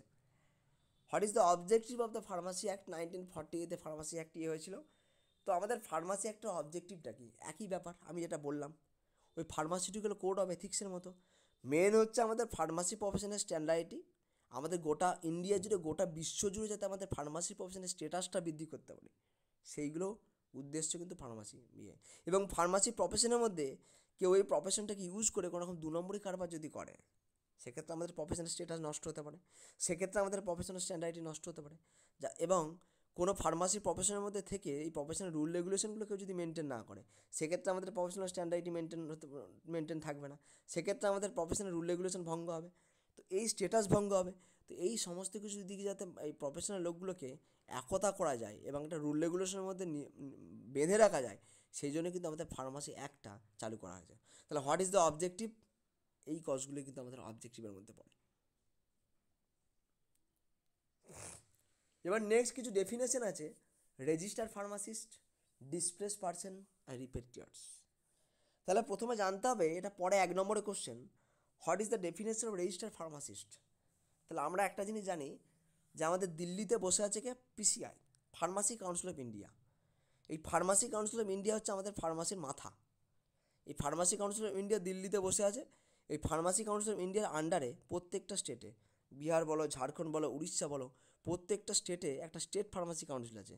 বিহারের ক্ষেত্রে Bihar state pharmacy council, West বেঙ্গলের ক্ষেত্রে West Bengal state pharmacy council, and ঝাড়খণ্ডের ক্ষেত্রে ঝাড়খণ্ড স্টেট ফার্মাসি কাউন্সিল। প্রত্যেকটা ফার্মাসি কাউন্সিলের মধ্যে একটা রেজিস্টার থাকে। সেই রেজিস্টারের মধ্যে প্রত্যেকটা যারা ফার্মাসি কোর্স কমপ্লিট করেছে, ট্রেনিং কমপ্লিট, তাদের একটা রেজিস্ট্রেশন নাম্বার থাকবে, তাদের নাম এবং রেজিস্ট্রেশন নাম্বার সহ সেই রেজিস্টারের মধ্যে তাদের নাম নথিভুক্ত থাকবে। প্রত্যেকটা ফার্মাসিস্ট, আমাদের স্টেটের মধ্যে যতগুলো ফার্মাসিস্ট আছে প্রত্যেকটা ফার্মাসিস্টের নাম এবং রেজিস্ট্রেশন নাম্বার সহ কিন্তু এই রেজিস্টারের মধ্যে নথিভুক্ত থাকবে।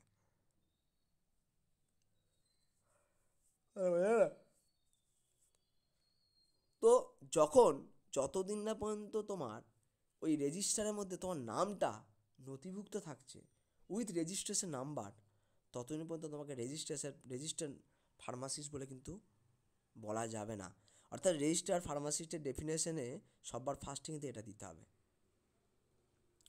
তো এবার রেজিস্টার ফার্মাসিস্ট যে আছে, তো আমরা ধরো এখন ট্রেনি ফার্মাসিস্ট, তোরা ট্রেনি ফার্মাসিস্ট অবস্থায় যদি একবার নিজে থেকে ফলসলি ক্লেম করিস বা অন্য কোনো লোক যদি ফলসলি ক্লেম করে যে আমি একজন রেজিস্টার ফার্মাসিস্ট, তাহলে কিন্তু সেটাও পানিশেবল। সেটার জন্য কিন্তু আপ টু 500 টাকার মতো ফাইন হতে পারে।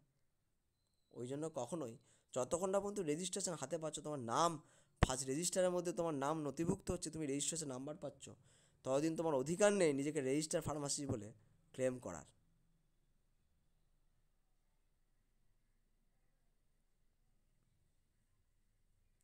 এই যে নেক্সট হচ্ছে ডিসপ্লেস পার্সন অ্যান্ড রিপেটিয়ার্স। ডিসপ্লেস পার্সনের পাতি বাংলা ব্যাপারটা শুনে নে। অনেক সময় দেখা যাচ্ছে কোনো অন্য কান্ট্রিতে, বিশেষ করে বাংলাদেশ আর পাকিস্তান, এগুলো যেন যখন যুদ্ধটা আমাদের হয়েছিল, ভারত পাকিস্তান যখন বঙ্গদেশ হয়েছিল, তখন যুদ্ধ যখন পরিস্থিতি হয়েছিল, তখন অনেক মানুষ কিন্তু পাকিস্তান থেকে বা অনেক মানুষ কিন্তু বাংলাদেশ থেকে যখন বন্যা হয় বা খরা হয়, এরকম কিছু সিচুয়েশান তৈরি হয়, না খেতে পায় মানুষ, বাড়ি ঘর বন্যাতে ডুবে যায়, তারা কিন্তু ভারতে অনেকে এসে একটা পার্টিকুলার টাইম পিরিয়ডের সময় কিন্তু ভারতে এসে বসবাস করতো। অন্য দেশ থেকে এসে ভারতে আসতো এবং পার্টিকুলার ভারতে থাকতে থাকতে থাকতে থাকতে আমাদের ভারতের কিন্তু রেসিডেন্স পেয়ে গেছে এবং ভারতের স্থায়ী বাসিন্দা হিসেবে কিন্তু স্বীকৃতি পেয়ে গেছে। এবং তারা দীর্ঘদিন ধরে কিন্তু বাংলাদেশ থেকে, পাকিস্তান থেকে বা আরও অন্য জার্মানি, জাপান, এরকম বিভিন্ন দেশ থেকে কিন্তু অনেক মানুষ কিন্তু এসে আগে কিন্তু ওই মেনলি কিন্তু বাংলাদেশ, পাকিস্তান এইসব জায়গা থেকে কিন্তু এসে ম্যাক্সিমাম কিন্তু ভারতের মধ্যে স্থায়ীভাবে বসবাস করে এবং সেখানে এখন স্থায়ী রেসিডেন্স হয়ে গেছে। এদেরকে আমরা বলবো ডিসপ্লেস পার্সন অ্যান্ড রিপাট্রিয়ার্স। এবার এবার পার্থক্য শুধু একটাই, যে দাদা কোন ডেট, একটা ফিক্সড ডেট আছে, এই ডেটের আগে পরে যারা এসছে তাদেরকে ডিসপ্লেস পার্সন বা পেট্রিয়ট হিসেবে ধরা হয়েছে এবং সেই ডেটটাই কিন্তু আমরা ডেফিনেশনের মধ্যে খুঁজে নেবো যে দাদা কত ডেটের আগে পর্যন্ত পাবলিক এলে তাদেরকে আমরা ডিসপ্লেস পার্সন বলবো আর রিপেট্রিয়েট বলবো। দেখো এখানে লেখা আছে on after the first day of the March 1947 মানে প্রথম দিন, মার্চের প্রথম দিন, 1947 মার্চের প্রথম দিনের আগে পর্যন্ত। রিপ্যাট্রিয়েটের ক্ষেত্রে কি দেখা যাচ্ছে, 1957 14তম ডে অফ দ্য এপ্রিল, বোঝা গেছে? 1957 এপ্রিল মাসের 14তম দিনের আগে এবং পরে পাকিস্তান, বাংলাদেশ, এগুলো থেকে যে সমস্ত পাবলিকরা ভারতে এসেছিল এবং যারা এখন ভারতের রেসিডেন্স হয়ে গেছে বা ভারতের রীতিমতো স্থায়ী বাসিন্দা হিসেবে স্বীকৃত হয়ে গেছে, তাদেরকে আমরা রিপ্যাট্রিয়েটস বলবো। এবং ডিসপ্লেস পার্সন হচ্ছে 1947 মার্চ মাসের 1 মার্চ প্রথম দিন এর আগে বা পরে যারা এসছে তাদেরকে হচ্ছে আমরা ডিসপ্লেস পার্সন বলবো এবং তারা অলরেডি এখন ভারতে স্থায়ী বাসিন্দা হিসেবে স্বীকৃত হয়ে গেছে, তাদেরকে আমরা কি বলবো, ডিসপ্লেস পার্সন। অর্থাৎ ডিসপ্লেস পার্সন, রিপ্যাট্রিয়েট, দুটোর ডেফিনেশন কিন্তু সিমিলারিটি আছে, সেম টু সেম, পার্থক্য শুধু ডেটগুলোর কিছু পার্থক্য থাকে।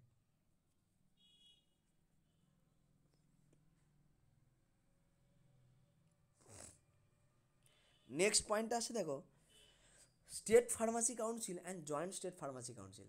দাদা স্টেট ফার্মাসি কাউন্সিলটা তো বুঝলাম, West Bengal state pharmacy council, কিন্তু জয়েন্ট স্টেট ফার্মাসি কাউন্সিলটা কি? না, একটা স্টেট যদি আর একটা স্টেটের সাথে মনে করে যে না আমরা একসাথে কোনো একটা স্টেটের ফার্মাসি কাউন্সিল অন্য একটা স্টেটের ফার্মাসি কাউন্সিলের সাথে কিন্তু ঐক্যবদ্ধ হতে পারে, যদি মনে করে না আমাদের প্রফেশনের সুবিধার স্বার্থে বা আমরা একে অপরকে হেল্প করার স্বার্থে, চলো দেখা যাচ্ছে আমি এক্সাম্পল দিচ্ছি, উড়িষ্যার state pharmacy council West Bengal state pharmacy কাউন্সিলের সাথে জয়েন করলো, মানে তারা এইভাবে ঐক্যবদ্ধ হলো যে তাদের ফার্মাসি রিলেটেড কোনো প্রবলেম যদি হয় তখন উড়িষ্যাও হেল্প করবে, উড়িষ্যার যদি ফার্মাসি প্রফেশন রিলেটেড কোনো সমস্যা হয় সেটা ভারত হেল্প করবে, তো ইন্ডিয়া হেল্প করবে, তো এইভাবে ওয়েস্ট বেঙ্গল হেল্প করবে। তো এইভাবে একটা স্টেট যখন অপর একটা স্টেটের সাথে জয়েন্টলি ঐক্যবদ্ধ হয় চুক্তিতে, এইভাবে কিন্তু তারা যে ফার্মাসি কাউন্সিল তৈরি করেছে আমরা জয়েন্ট স্টেট ফার্মাসি কাউন্সিল, বোঝা গেল? আর ব্যাপারটা কিছুই না। তাহলে দেখা যাক যে স্টেট ফার্মাসি কাউন্সিল এবং জয়েন্ট স্টেট ফার্মাসি কাউন্সিলের মধ্যে পার্থক্যটা কী আছে, কী কী ডিফারেন্সিয়েট এদের মধ্যে আছে দেখা যাক একটু। কারা কারা স্টেট ফার্মাসি কাউন্সিলের মধ্যে থাকবে আর কারা কারা জয়েন্ট স্টেট ফার্মাসি কাউন্সিলের মধ্যে থাকবে সেটাই দেখে নেওয়া যাক। ফার্স্ট হচ্ছে 6 member elected among themselves by the register pharmacy of the state. 6জন মেম্বারকে ইলেক্ট করা হবে প্রত্যেকটা স্টেটের, নিজের নিজের স্টেটের যে স্টেটের মধ্যে থাকবে তার রেজিস্টার ফার্মাসিস্ট থেকে 6জনকে কিন্তু এখানে স্থান পাবে। And joint state pharmacy council থেকে বলছে as provision in the agreement not less than 3 not more than 5, 3 জনের কম হবে না 5 জনের বেশি হবে না, এরকম পাবলিক কিন্তু প্রত্যেকটা পার্টিসিপেটিং স্টেট যারা জয়েন্ট স্টেট ফার্মাসির কাউন্সিলিং তৈরি করেছে সেই প্রত্যেকটা পার্টিসিপেট করেছে, যারা তৈরি করেছে যারা, সেই স্টেট থেকে কিন্তু 3 জনের বেশি এবং 5 জন ক্যান্ডিডেটকে ইলেক্টেড করা হবে। 1 member elected by the members of the medical council of India. আমাদের ফার্মাসির যেমন ফার্মাসি কাউন্সিল অফ ইন্ডিয়া আছে, তেমনি মেডিকেল প্রফেশনে মেডিকেল কাউন্সিল অফ ইন্ডিয়া আছে, তাদের থেকে একজন মেম্বারকে কিন্তু ইলেক্টেড করতে হবে। এখানেও তাই। জয়েন্ট ফার্মাসি স্টেট ফার্মাসি কাউন্সিলের ক্ষেত্রেও তাই একজন প্রত্যেকটা পার্টিসিপেটিং স্টেট থেকে একজন করে মেডিকেল কাউন্সিল ইয়ে করতে হবে। Chief administrative medical officer of the state, তার মানে একবারে হেড, মেডিকেল প্রফেশনে একবারে হেড লেভেল, চিফ মেডিকেল, জানে না চিফ মিনিস্টার তেমনি চিফ মেডিকেল অফিসার, মেডিকেলের হেড, তাকে সে থাকবে। চিফ অ্যাডমিনিস্ট্রেটিভ মেডিকেল অফিসার প্রত্যেকটা পার্টিসিপেটিং স্টেটের চিফ মেডিকেল অফিসার থাকবে। The officer in charge of the drug control organisation of the state, তাহলে আমাদের কোনো একটা স্টেটে ড্রাগ কন্ট্রোল ডিপার্টমেন্ট থাকে, ড্রাগ কন্ট্রোলার বলে না, সেই ড্রাগ কন্ট্রোল ডিপার্টমেন্টের একজন যে হেড সে থাকবে। আর জয়েন্ট স্টেট ফার্মাসি কাউন্সিল যে সমস্ত দেশগুলো পার্টিসিপেট করেছে প্রত্যেকটা স্টেটেরই একজন ড্রাগ কন্ট্রোলার থাকবে, যে হেড থাকবে, সে হেড থাকবে ড্রাগ কন্ট্রোলার হেড। তাহলে একজন মেডিকেল কাউন্সিল থেকে থাকবে, একজন ড্রাগ কন্ট্রোলার হেড থাকলো, 6 জন ফার্মাসিস্ট থাকবে, এরকম করে করে ভাগ থাকবে। একদম চিফ অ্যাডমিনিস্ট্রেটিভ, একবার অ্যাডমিনিস্ট্রেটিভ ডিপার্টমেন্টের যে সর্বোচ্চ হেড সে থাকবে। এই হচ্ছে আমাদের স্টেট ফার্মাসি কাউন্সিল থেকে কে কে থাকে আর জয়েন্ট স্টেট ফার্মাসি কাউন্সিলের মধ্যে কে কে থাকে।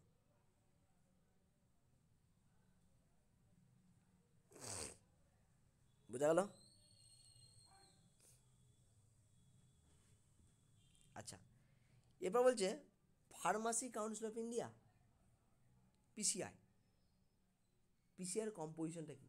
এটা আমি অলরেডি আগে গ্রুপের মধ্যে বলেই দিয়েছি, সবাই আশা করি এটা দেখেছিস ভিডিওটা, আগের ভিডিও আমি ছেড়েছিলাম যে আমাদের ফার্মাসি কাউন্সিল অফ ইন্ডিয়ার যে কম্পোজিশন, দেখো কে কে আছে, আমরা কম্পোজিশনগুলো একটু চোখ করি, এটা অত্যন্ত ইজি, কম্পোজিশনগুলো চেক করে নিই আমরা। দেখো 6 member among whom there shall be at least 1 teacher of the subject of the pharmaceutical chemistry, pharmacology, pharmacology elected by the university grant. মানে ঘটনা হচ্ছে, বলছে 6 জন মেম্বারকে প্রথমে ইলেক্টেড করা হবে। 6 জন মেম্বারের মধ্যে এরকমভাবে ভাগ থাকে, একজন টিচার থাকবে ফার্মাসিউটিক্যাল কেমিস্ট্রি, একজন ফার্মাসি ইয়ে থেকে হতে হবে, একজন ফার্মাকোলজি হতে পারে, কিংবা একজন ফার্মাকগনোসি টিচার থাকবে। এরকম করে 6 জন মেম্বার, মানে আমাদের এরকম থেকে একজন থাকতে হবে, যে কোনো সাবজেক্টে থাকতে পারে, হলে ফার্মাকোলজি থাকতে পারে বা ফার্মাকগনোসি থাকতে পারে, ফার্মাসিউটিক্যাল কেমিস্ট্রি থাকতে পারে। 6 member nominated by the central government of whom at least 4 shall be pursuing degree or diploma in pharmacy and practicing pharmacy। 6 জন নমিনেট করা হয়েছে, 6 জন মেম্বারকে আমাদের নমিনেট করা হবে, 6 জন নমিনেশন মাধ্যমে নিয়োগ করা হবে। এই 6 জনের মধ্যে 4 জনকে কিন্তু অবশ্যই ডিগ্রি থাকতে হবে ফার্মাসির উপর, কিংবা ডিপ্লোমা থাকতে হবে, কিংবা ফার্মাসি প্র্যাকটিস বা কোনো একটা ফার্মাসিউটিক্যাল কেমিস্ট্রিতে প্র্যাকটিসের অভিজ্ঞতা থাকতে হবে। মানে পিসিআইয়ের যে মেম্বার, ফার্মাসি কাউন্সিল মেম্বার কিন্তু এরাই হতে পারবে। এবং এই যে আমাদের যে টিচারগুলো বলা হলো, ফার্মাসিউটিক্যাল কেমিস্ট্রি টিচার, ফার্মাকগনোসির টিচার, এই যে টিচারগুলো বলা হচ্ছে না, এদেরকে অবশ্যই কিন্তু এমন একটা ইউনিভার্সিটির টিচার হতে হবে যে ইন্ডিয়ান ইউনিভার্সিটি, অর্থাৎ পিসিআই অ্যাপ্রুভেল কলেজ যাতে হয়, স্টেট গভর্নমেন্টের অ্যাপ্রুভেল কলেজ যাতে হয়, পিসিআই অ্যাপ্রুভেল যাতে কলেজ হয়, সেই সমস্ত কলেজের টিচার কিন্তু হতে হবে। এবার 1 member elected by the members of the medical council of India. আবার একটা মেম্বার ইলেক্টেড হচ্ছে আমাদের মেডিকেল এমসিআই, অর্থাৎ মেডিকেল কাউন্সিল থেকে, ডাক্তারদের কাউন্সিল থেকে। A representative of the UGC and representative of the all India council of technical education. দেখবি আমাদের ফার্মাসিতে কোনো কলেজ চালনা করতে গেলে দুটো জিনিস দেখে, একটা কলেজটা পিসিআই অ্যাপ্রুভেল কিনা, নাম্বার 2 এআইসিটি অর্থাৎ all India council of technical education approval কিনা। এই দুটো জিনিস কিন্তু যদি যা থাকবে সেটা কিন্তু সব ওকে আছে, মানে সেই কলেজে কোনো সমস্যা নেই। তো এই দুটো জিনিসকে আগে দেখতে হয়। তো এখানে একজন রিপ্রেজেন্টেটিভ থাকবে যে এআইসিটি অর্থাৎ all India council of technical এডুকেশনের একজন লোক থাকবে, আর একজন থাকবে ইউজিসি অর্থাৎ ইউনিভার্সিটি গ্র্যান্ট কমিশন। প্রত্যেকটা কলেজের স্বীকৃতি পেতে গেলে ইউজিসি অ্যাপ্রুভেল হতে হবে প্রত্যেকটা কলেজকে, মানে যে কোনো কলেজ, সেটা আমাদের ফার্মাসি কলেজ হতে পারে বা যে কোনো নর্মাল কলেজে হতে পারে। ইউজিসি মানে হচ্ছে university grant commission, university grant কমিশনের অ্যাপ্রুভেল থাকতে হবে। সেই ইউনিভার্সিটি গ্র্যান্ট কমিশন পুরো কলেজের অ্যাপ্রুভেলগুলো দেয়, সেই ইউনিভার্সিটি গ্র্যান্ট কমিশনে একজন রিপ্রেজেন্টেটিভ কিন্তু থাকবে এখানে। 1 member from the each state elected by the each state council. এবার প্রত্যেকটা স্টেট থেকে, যতগুলো স্টেট আছে প্রত্যেকটা স্টেট থেকে একজন করে ফার্মাসিস্টকে কিন্তু, যারা রেজিস্টার ফার্মাসিস্ট তাদের কিন্তু সিলেকশন করা হবে। ওয়েস্ট বেঙ্গল থেকে একটা, বিহার থেকে একটা, ঝাড়খণ্ড থেকে একটা, উড়িষ্যা থেকে, যতগুলো স্টেট আছে প্রত্যেকটা স্টেট থেকে যারা রেজিস্টার ফার্মাসিস্ট হবে কোয়ালিফিকেশান, তাদের কিন্তু এই প্রফেশনের জন্য অর্থাৎ ফার্মাসি কাউন্সিল অফ ইন্ডিয়ার কিন্তু মেম্বার হিসেবে তারাও নিযুক্ত হবে। 1 member from the each state nominated by the state government shall be a registered pharmacist. ওই যে বললাম একটা মেম্বারকে প্রত্যেকটা স্টেট থেকে নমিনেট করা হবে। তাহলে আমরা এখানে দুটো জিনিস দেখতে পাচ্ছি, একটা ইলেক্টেড হচ্ছে, একটা নমিনেটেড হচ্ছে। তার মানে এখানে দু রকম মেম্বারের কথা আমরা পাচ্ছি, একটা ইলেক্টেড মেম্বার আর একটা হচ্ছে নমিনেটেড মেম্বার। ঠিক আছে, 1 member from the each state nominated by the state government, অর্থাৎ প্রত্যেকটা স্টেট থেকে একটা করে মেম্বারকে নমিনেট করতে হবে, যারা কিন্তু অবশ্যই রেজিস্টার ফার্মাসিস্ট হবে। তার মানে ইলেক্টেড করছে একজন করে নমিনেট করছে, এবং একজন করে টিচিং প্রফেশন নিচ্ছে, একজন করে ইউজিসি মানে যারা commission, university grand commission, all India council of technical education যে বোর্ড, তাদের একজন করে রিপ্রেজেন্টেটিভ থাকবে, মেডিকেল কাউন্সিল থেকে একজন থাকবে। এরকম নিয়ে আমাদের টোটাল পিসিআইটা কিন্তু এইভাবে কিন্তু আমাদের মেম্বার নিয়ে তৈরি হচ্ছে। নেক্সট হচ্ছে আরেকটা, যেটা x officio member. X officio member 3 রকম মেম্বার আছে, একটা হচ্ছে ইলেক্টেড মেম্বার, নমিনেটেড মেম্বার, আর একটা হচ্ছে ইলেকশনের মাধ্যমে তৈরি করে, যেগুলো নমিনেশনের মাধ্যমে তৈরি করেছে স্টেট গভর্নমেন্টের দ্বারা, তাদেরকে বলে নমিনেটেড মেম্বার।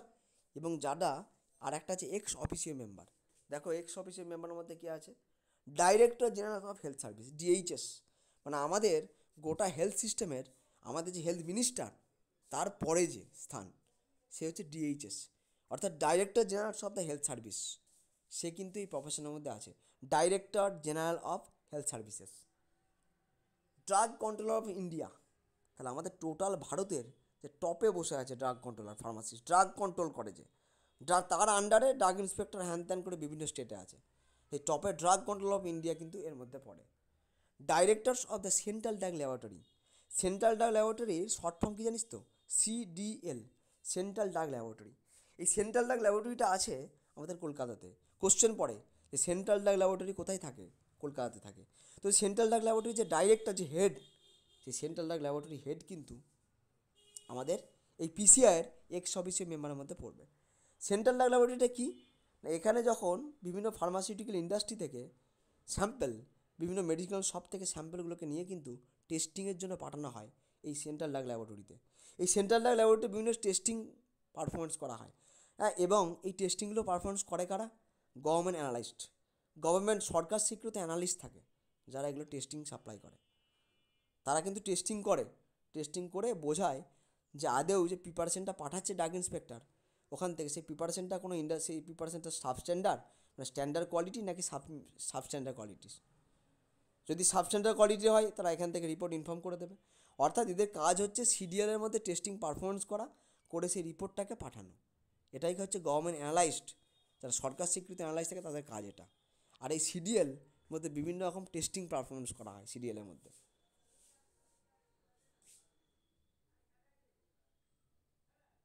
বোঝা গেল? এবার হচ্ছে আমাদের, আচ্ছা হোয়াট ইজ, একটা জিনিস এখানে মিস্টেক হয়ে গেছে, যাকে আমি দিয়ে দিচ্ছি পরে। What is the function of PCI? পিসিআইয়ের ফাংশন কী হতে পারে বলো তো? ফার্মাসি কাউন্সিল অফ ইন্ডিয়ার ফাংশন কী, তোকে যদি জিজ্ঞেস করে, মুখস্থ করার তো আমার দরকার নেই, তাহলে ফার্মাসি কাউন্সিল অফ ইন্ডিয়ার ফাংশনটা কী হওয়া উচিত? অবশ্যই ফার্মাসি কাউন্সিল অফ ইন্ডিয়ার ফাংশনটা এমন হবে যে আমাদের প্রফেশনটাকে স্ট্যান্ডার্ড করা রিলেটেড কিছু হবে। ধরো এই যে কোনো একটা, ধরো ফার্মাসি প্রফেশনে কোনো একটা কলেজ খোলা হয়েছে, তো সেই কলেজের মধ্যে প্রপার টিচিং স্টাফ আছে কি না, প্রপার ইনস্ট্রুমেন্ট আছে কি না, প্রপার প্র্যাকটিক্যাল করার জন্য প্রপার রুম আছে কি না, এবং আমাদের প্রতিদিন সঠিক পার্টিকুলার টাইমে ক্লাস হচ্ছে কি না, এই সমস্ত কিছু কিন্তু দেখভাল করার দায়িত্ব কে জানিস? Pharmacy council of India. এই ফার্মাসি কাউন্সিল অফ ইন্ডিয়া একটা এক্সিকিউটিভ টিম পাঠায়, যে দিয়ে দেখো যে প্রত্যেকটা কলেজে ইন্সপেকশনে পাঠায় যে কলেজের মধ্যে এই ক্রাইটেরিয়াগুলো মেনটেন হচ্ছে কি না। যদি সে এক্সিকিউটিভ কমিটি দেখে যে না ঠিকঠাক মেনটেন হচ্ছে কি না, তখন সঙ্গে সঙ্গে তারা পিসিআই অর্থাৎ ফার্মাসি কাউন্সিলের মধ্যে ইনফর্ম করলে ফার্মাসি কাউন্সিল অফ ইন্ডিয়া কী করবে, সঙ্গে সঙ্গে কিন্তু কলেজটাকে বাতিল করে দিতে পারে। আর যদি দেখে যে সব ঠিকঠাক আছে, কলেজটাকে অ্যাপ্রুভেল দিয়ে দেবে। এরকম করে প্রতি 6 মাস ছাড়া ছাড়া কিন্তু আমাদের ইন্সপেকশন হয়। বোঝা গেল? 6 মাস ছাড়া ছাড়া ইন্সপেকশন হয়। এই যে আমাদের ফার্মাসি প্রফেশনের সাবজেক্ট কী হবে, ফার্মাসি প্রফেশনের প্র্যাকটিক্যাল ট্রেনিং আওয়ার্স কত হবে, ফার্মাসি প্রফেশনে কত ঘন্টা পরীক্ষা দিতে হবে, সিলেবাস কী হবে, ফার্মাসি প্রফেশনের মধ্যে সিলেবাস কী হবে, ফার্মাসি প্রফেশনের মধ্যে কত ঘন্টা প্র্যাকটিক্যাল মানে ট্রেনিং করানো উচিত, কত ঘন্টা ক্লাসে প্র্যাকটিক্যাল করা উচিত, কোন কোন সাবজেক্টগুলো থাকবে, প্রত্যেকটা সাবজেক্টের কত নাম্বার করে পরীক্ষা হবে, এই সমস্ত যে ব্যাপারগুলো, এগুলো কিন্তু ফার্মাসি কাউন্সিল অফ ইন্ডিয়া কিন্তু সব ডিসাইড করবে। ফার্মাসি কাউন্সিল অফ ইন্ডিয়ার কাজ কিন্তু এগুলো। এছাড়া কিন্তু আলাদা করে নতুন অর্থাৎ প্রফেশনাল স্ট্যান্ডার্ডিটি মেনটেন রিলেটেড যা সমস্ত কাজ, সেই সমস্ত কাজগুলো কিন্তু ফার্মাসি মানে সেই সমস্ত কাজগুলো কিন্তু মনে রাখতে হবে যে আমাদের ফার্মাসি কাউন্সিল অফ ইন্ডিয়া অর্থাৎ পিসিআই কিন্তু পারফর্ম করে। এবং পিসিআই যে পারফর্ম করছে কার থ্রু করছে, এডুকেশন রেগুলেশনের থ্রু করছে। এডুকেশন রেগুলেশন বলে একটা কথা আছে, যে what do mean by the education regulation. Education regulation মানে আমাদের ফার্মাসি প্রফেশনের মধ্যে যে সমস্ত রুল রেগুলেশন আছে পড়ার ব্যাপারে, স্টাডির ব্যাপারে, সেই সমস্ত ব্যাপারগুলো সম্বন্ধে এখানে আলোচনা করা হয়েছে। দেখো এডুকেশন রেগুলেশনে বলা আছে যে minimum qualification for the admission to the course. আমাদের ফার্মাসি কোর্সের মধ্যে অ্যাডমিশন হতে গেলে মিনিমাম কোয়ালিফিকেশান কী থাকবে সেটা কিন্তু এডুকেশন রেগুলেশনের মধ্যে বলা আছে। অর্থাৎ ফার্মাসি কাউন্সিল অফ ইন্ডিয়া এই এডুকেশন রেগুলেশনটা তৈরি করছে, তৈরি করে একটা অফিসিয়াল নোটিশ দিয়ে দিচ্ছে। সেই নোটিশটা প্রত্যেকটা স্টেটে পাবলিশ করে দিচ্ছে, এবং স্টেট যখন সেই নোটিশটা পেলো তারপর থেকে স্টেট কী করলো না, সেই নোটিশটা দেখে প্রত্যেকটা স্টেটে এডুকেশন রেগুলেশনটা জারি করে দিল। বোঝা গেল? এডুকেশন রেগুলেশন হয়েছিল 1949 কিন্তু এডুকেশন রেগুলেশনটা চালু হয়। যখনই সেন্ট্রাল পাস করলো বা ফার্মাসি কাউন্সিল অফ ইন্ডিয়া প্রত্যেকে অর্ডার দিয়ে দিল যে প্রত্যেকটা স্টেটে এডুকেশন রেগুলেশন নিয়ম চালু করা হোক, তখন প্রত্যেকটা স্টেট কী করলো, সেই এডুকেশন রেগুলেশন নিয়ম প্রত্যেকটা তার স্টেটের মধ্যে কার্যকরী করে দিল। এবার আদেও কোনো স্টেট সেই এডুকেশন রেগুলেশন মানছে কি না বা তার যে নিয়ম সেগুলো স্টেটের মধ্যে দিয়েছে কি না, তার জন্য কিন্তু সেন্ট্রাল আবার টিম পাঠাবে। সেন্ট্রাল টিম পাঠিয়ে দেখবে যে স্টেটের মধ্যে আদেও এডুকেশন রেগুলেশনটা অ্যাপ্লিকেবল হচ্ছে কি না, ঠিকঠাক এফেক্ট শুরু করেছে তো। দেখা যাচ্ছে ওয়েস্ট বেঙ্গল করছে তো বিহার করছে না, বিহার করছে তো ঝাড়খণ্ড করছে না। ওই জন্য প্রত্যেকটা স্টেটে টিম পাঠিয়ে দেখবে যে আদেও এডুকেশন রেগুলেশনের এফেক্টটা পড়ছে কি না। Nature and periods of the course of the study, এই যে বললাম আমরা যে পড়ছি 2 বছর কোর্সটা, 3 মাস যে হসপিটাল ট্রেনিং, এই সমস্ত কিছুগুলো ঠিক করে কিন্তু এই এডুকেশন রেগুলেশনের মধ্যে নথিভুক্ত আছে। এডুকেশন রেগুলেশনটা হচ্ছে একটা নিয়ম, একটা প্রসিডিওর, সেটা তৈরি করছে কে? Pharmacy council of India. তো এটাই ফার্মাসি কাউন্সিল অফ ইন্ডিয়ার একটা কাজ। Nature and periods of the practical training to be undertaking after the completion of the regular course. ওই যে বললাম কোর্স কমপ্লিট করার পর প্র্যাকটিক্যাল, শোনা যাচ্ছে না? হ্যাঁ এবার শোনা যাচ্ছে।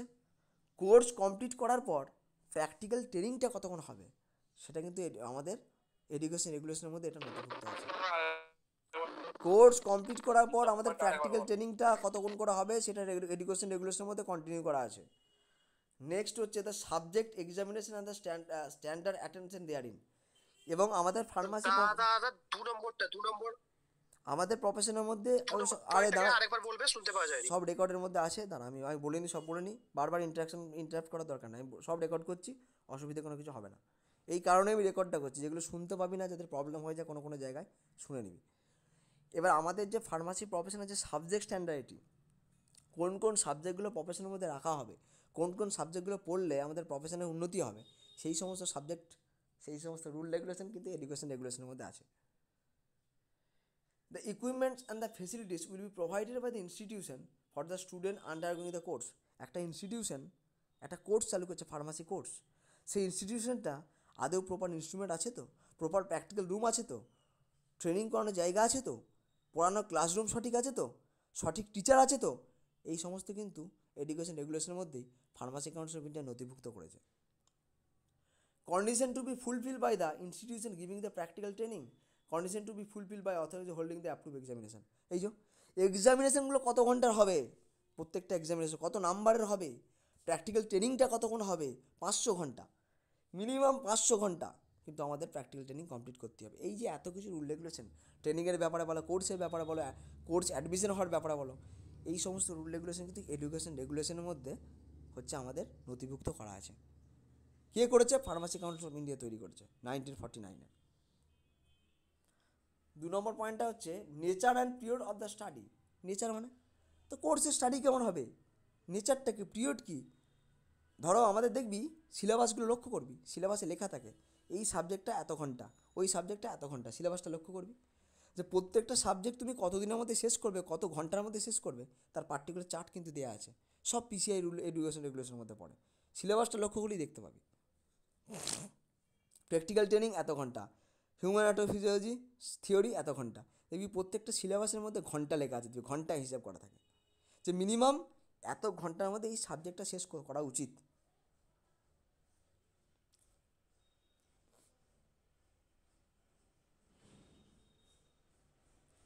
হয়েছে? নেক্সট দেখো qualification for the entry of the first register. বোঝা গেল? Qualification for the entry of the first registers. কথা বোঝা গেল? কোয়ালিফিকেশান বলতে কি বলছে যে ফার্স্ট রেজিস্টারের মধ্যে এন্ট্রি করার জন্য তোমার কী কী কোয়ালিফিকেশান থাকা উচিত। কথাটা বোঝা গেল? কী কী কোয়ালিফিকেশান থাকা উচিত দেখো। প্রথমে জানতে হবে ফার্স্ট রেজিস্টারটা কী। আমি একটা কথা আগে বললাম যে ফার্স্ট রেজিস্টার হচ্ছে এমন একটা রেজিস্টার, তুমি ধরো ফার্মাসি কোর্স কমপ্লিট করলে, প্র্যাকটিক্যাল ট্রেনিং কমপ্লিট করলে, করার পর তুমি কলেজ থেকে যা যা করণীয় কাগজপত্র ডকুমেন্টেশন করে তুমি পূর্ত ভবনে যে আমাদের ওয়েস্ট বেঙ্গল স্টেট ফার্মাসি কাউন্সিলে গিয়ে তুমি রেজিস্ট্রেশনের জন্য অ্যাপ্লিকেশন ফর্ম ফিল আপ করলে, তার জন্য যে পার্টিকুলার টাকা দিতে হয় তুমি সে টাকা দিলে। কত নম্বর পেজ দাদা? হ্যালো হ্যালো, কত নম্বর পেজ? কত নম্বর পেজ এটা? 11 নম্বর পেজ। তুমি পার্টিকুলার টাকা পয়সা দিলে, ফিস সাবমিশন করলে, করে তুমি চলে এলে। এবার একটা পার্টিকুলার ডেটের পর ভেরিফিকেশন করবে। ভেরিফিকেশন করার পর কী করবে, মনে হবে না সব ঠিক আছে, পার্টিকুলার একটা টাইম পিরিয়ডের পর তোমাকে রেজিস্ট্রেশন নাম্বার দেবে, তোমার রেজিস্ট্রেশন সার্টিফিকেট তোমার হাতে তুলে দেবে। ওই যে রেজিস্ট্রেশন নাম্বার দিল, রেজিস্ট্রেশন সার্টিফিকেট তোমার হাতে তুলে দিল, তার আগে কিন্তু তাদের একটা রেজিস্টার আছে। সেই রেজিস্টারের মধ্যে সেই রেজিস্ট্রেশন নাম্বার সহ তোমার নাম কিন্তু এন্ট্রি থাকবে। সেটাকেই বলা হয় ফার্স্ট রেজিস্টার। বুঝতে পারলে? যে রেজিস্টারের মধ্যে তোমার নাম, রেজিস্ট্রেশন নাম্বার এন্ট্রি থাকবে, তারপরে তোমাকে রেজিস্ট্রেশন নাম্বার সহ রেজিস্ট্রেশন সার্টিফিকেট দেওয়া হবে, সেটাকে বলে ফার্স্ট রেজিস্টার। এবার এই ফার্স্ট রেজিস্টার এটা সবার যারটা এটা কথা বলছে, এটা যে কেউ গিয়ে বললো আমার ফার্স্ট রেজিস্টারের নামটা এন্ট্রি করে দিন না একটু, এরকম তো করা যাবে না। তাহলে ফার্স্ট রেজিস্টারে এন্ট্রি হওয়ার জন্য একটা তো প্রপার কোয়ালিফিকেশান লাগবে। যার তার নাম তার রেজিস্ট্রেশন নাম্বার সব ফার্স্ট রেজিস্টারের মধ্যে এন্ট্রি থাকতে পারে না। তাহলে কার কার লাগবে, কে কে ফার্স্ট রেজিস্টারে নাম এন্ট্রির জন্য অ্যাপ্লিকেবল, তার জন্য কী কী করণীয় সেটা আমরা দেখি। দেখো, a person who attend the age of 18 বছর and enter to have this name in the first register. তাহলে প্রথম কথা হচ্ছে, প্রথম যেটা ক্রাইটেরিয়া, এত কিছু আমার গেঁজিয়ে লেখার দরকার নেই, আমি নিজের ভাষা দিয়ে লিখবি। আমি যেটা মেন জায়গাটা বলছি শোন। অবশ্যই কিন্তু যে ফার্স্ট রেজিস্টারে নাম এন্ট্রি করার জন্য প্রথমে যে ক্রাইটেরিয়াটা আছে, তা কিন্তু অতি অবশ্যই 18 বছর এজ হতে হবে। মিনিমাম 18 বছর আগে কিন্তু কোনোভাবেই যা কিছুই থাক, কোনোভাবেই তোমার নামটা কিন্তু ফার্স্ট রেজিস্টারের মধ্যে নথিভুক্ত হবে না। তাহলে এই পয়েন্টটাকে আমরা নিজের ভাষায় লিখতে পারি, এত গেঁজিয়ে লেখার দরকার নেই। The age of the candidate should be 18 years, minimum 18 years. তাহলে ক্যান্ডিডেটের এজটা অবশ্যই হওয়া উচিত 18 বছর। So you are applicable for the entry of the first registers. এরকম করে সাজিয়ে ভাষাগুলো দিয়ে তোরা নিজেরা করবি। সবটা এত গাদা গাদা করে লেখা তো, মেন জিস্টগুলো আমি যেগুলো বোঝাচ্ছি সেরকম টাইপের বুঝে একটা নিজে সাজিয়ে নিবি। A degree or diploma in pharmacy or pharmaceutical chemistry or a chemist and druggist diploma. কোনো একটা ইন্ডিয়ান ইউনিভার্সিটি থেকে, কোনো পিসিআই অ্যাপ্রুভেল কলেজ থেকে তার ডিপ্লোমা ইন ফার্মাসি কোর্স থাকতে হবে, বা ডিগ্রি ইন ফার্মাসি থাকতে হবে, বা কেমিস্ট অ্যান্ড ড্রাগিস্টের ডিপ্লোমা করা আছে এরকম ডিগ্রিধারী হতে হবে। তবেই কিন্তু তুমি প্রথম ক্রাইটেরিয়া, তবেই কিন্তু তোমার নামটা ওই ফার্স্ট রেজিস্টারের মধ্যে অন্তর্ভুক্ত করার জন্য অ্যাপ্লিকেবল হবে। A degree of an Indian university other than a degree of pharmacy, pharmaceutical chemistry, একই ব্যাপার দেওয়া আছে সেকেন্ড পয়েন্টটা। এখানে সেকেন্ড পয়েন্টে কি বলা আছে বলতে, আলটিমেট ডিগ্রি তো করলে, ডিপ্লোমা তো করা থাকলো, একটা হসপিটাল ট্রেনিং তো জরুরি। একটা 3 মাসে যে আমরা 3 মাসে ট্রেনিংটা করছি, ওটাকে অ্যাকচুয়ালি বলা হচ্ছে কোনো একটা হসপিটালের মধ্যে ডিসপেন্সিংয়ের অভিজ্ঞতা থাকতে হবে। ডিসপেন্সিং জরুরি, ওটা কিন্তু অবশ্যই ডিগ্রিটা আছে তো খুব ভালো কথা, এবং আমাদের পার্টিকুলার 3 মাসের হসপিটাল প্র্যাকটিসের ট্রেনিংটা কিন্তু থাকা জরুরি, তবেই কিন্তু তোমার নাম ফার্স্ট রেজিস্টারের মধ্যে এন্ট্রিভুক্ত করাবে। এটাই সেকেন্ড পয়েন্টে লেখা আছে। Has passed an examination recognized at adequate by the state government for compounding and dispensing. এবং শুধু তাই না, তুমি তো আর এমনি এমনি ফার্মাসিস্ট হয়ে যাবে না, তুমি তো এমনি এমনি কোর্স হয়ে যাবে না, তোমাকে স্টেট গভর্নমেন্টের অ্যাপ্রুভেল একটা কোর্স, অর্থাৎ এই প্রফেশন রিলেটেড একটা পরীক্ষাতে পাস করতে হবে। ধরো তুমি এই যে আমরা ফার্মাসি কোর্স করছি, তো ফার্মাসি কোর্সে কি এমনি এমনি শুধু ট্রেনিং দেওয়া হয়? ট্রেনিং তো দেওয়া হয় না, পার্টিকুলার পরীক্ষা নেওয়া বছরে বছরে। এই যে পরীক্ষা, এই যে এক্সামিনেশন, অর্থাৎ প্রফেশন রিলেটেড কোনো একটা এক্সামিনেশানে পাস করতে হবে তোমাকে, তার সার্টিফিকেট থাকতে হবে, তার মার্কশিট থাকতে হবে, সেগুলো কিন্তু ফার্স্ট রেজিস্টারে নাম এন্ট্রি করার সময়, ডকুমেন্ট ভেরিফিকেশন করার সময় কিন্তু আমাদের লাগবে।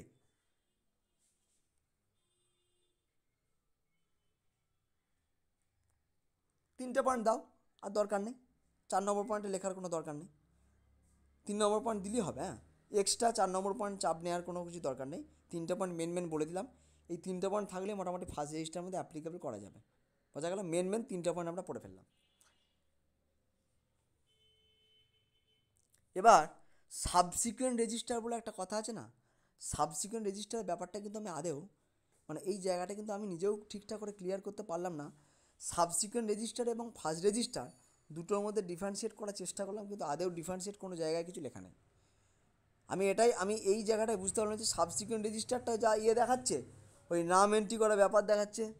মানে আমার মনে হয় কি, আমি একটা জিনিস একটা নলেজ নিয়ে নিই, পারলে তোরা একটু তোদের কলেজের টিচারদেরকে জিজ্ঞেস করে নিস। আমার যেটা মনে হচ্ছে, ফার্স্ট রেজিস্টার সাবসিকুয়েন্ট রেজিস্টার বলতে একই ব্যাপার। কী হচ্ছে বলতো, যে যখন আমরা ফার্স্ট রেজিস্টার মানে কি, আমরা যখন আমাদের নামটা রেজিস্ট্রেশন নাম্বার সহ এন্ট্রি থাকছে, সাবসিকুয়েন্ট রেজিস্টার আমরা মনে হচ্ছে যখন অ্যাপ্লাই করা হচ্ছে সেই পার্টিকুলার টাইমের সময় হয়তো একটা রেজিস্টার মেনটেন করা হয়, হলে ওটা হতে পারে।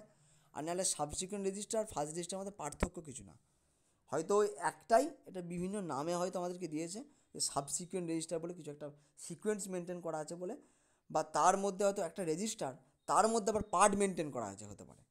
সাবসিকুয়েন্ট মানে ধর ফার্স্ট রেজিস্টারের মধ্যে আমার যে নামগুলো নথিভুক্ত করা আছে না, তার মধ্যে হয়তো পার্ট করা আছে কিছু, তার মধ্যে হয়তো কিছু পার্ট করে আলাদা কিছু করা আছে, ওই জন্য সাবসিকুয়েন্ট কথাটা উঠেছে। মানে এর প্রপার ডেফিনেশন কিন্তু কোনো জায়গায় নেই।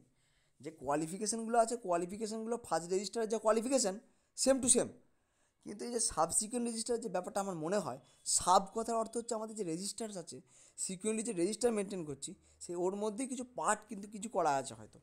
এই সাবসিকুয়েন্ট রেজিস্টারের ব্যাপারটা আমাকে জানতে হবে ভালো করে, আমি পরে জেনে অরিজিনাল জিনিসটা বলবো। পারলে তোরা এই জায়গাটা বলে নিস, এটা আমি কালকে ট্রাই করলাম কিন্তু করতে পারলাম না। বোঝা গেল? এবার আমাদেরকে জানতে হবে মেন যেটা পয়েন্ট, যে ফার্মাসিস্টের যে রেজিস্ট্রেশন, সেই রেজিস্ট্রেশন করার জন্য কী কী ডকুমেন্টেশন লাগে, কী কী কন্ডিশন অ্যাপ্লাই করতে হয়। দেখো আমি এটা পাঠাচ্ছি, দাঁড়াও।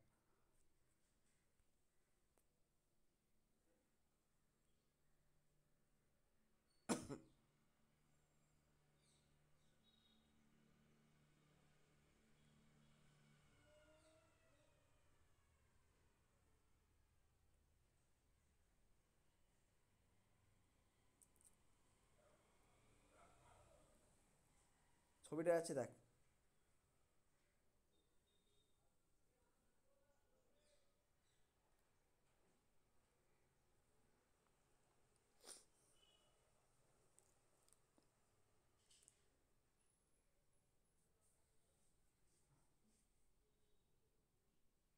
পেয়েছিস?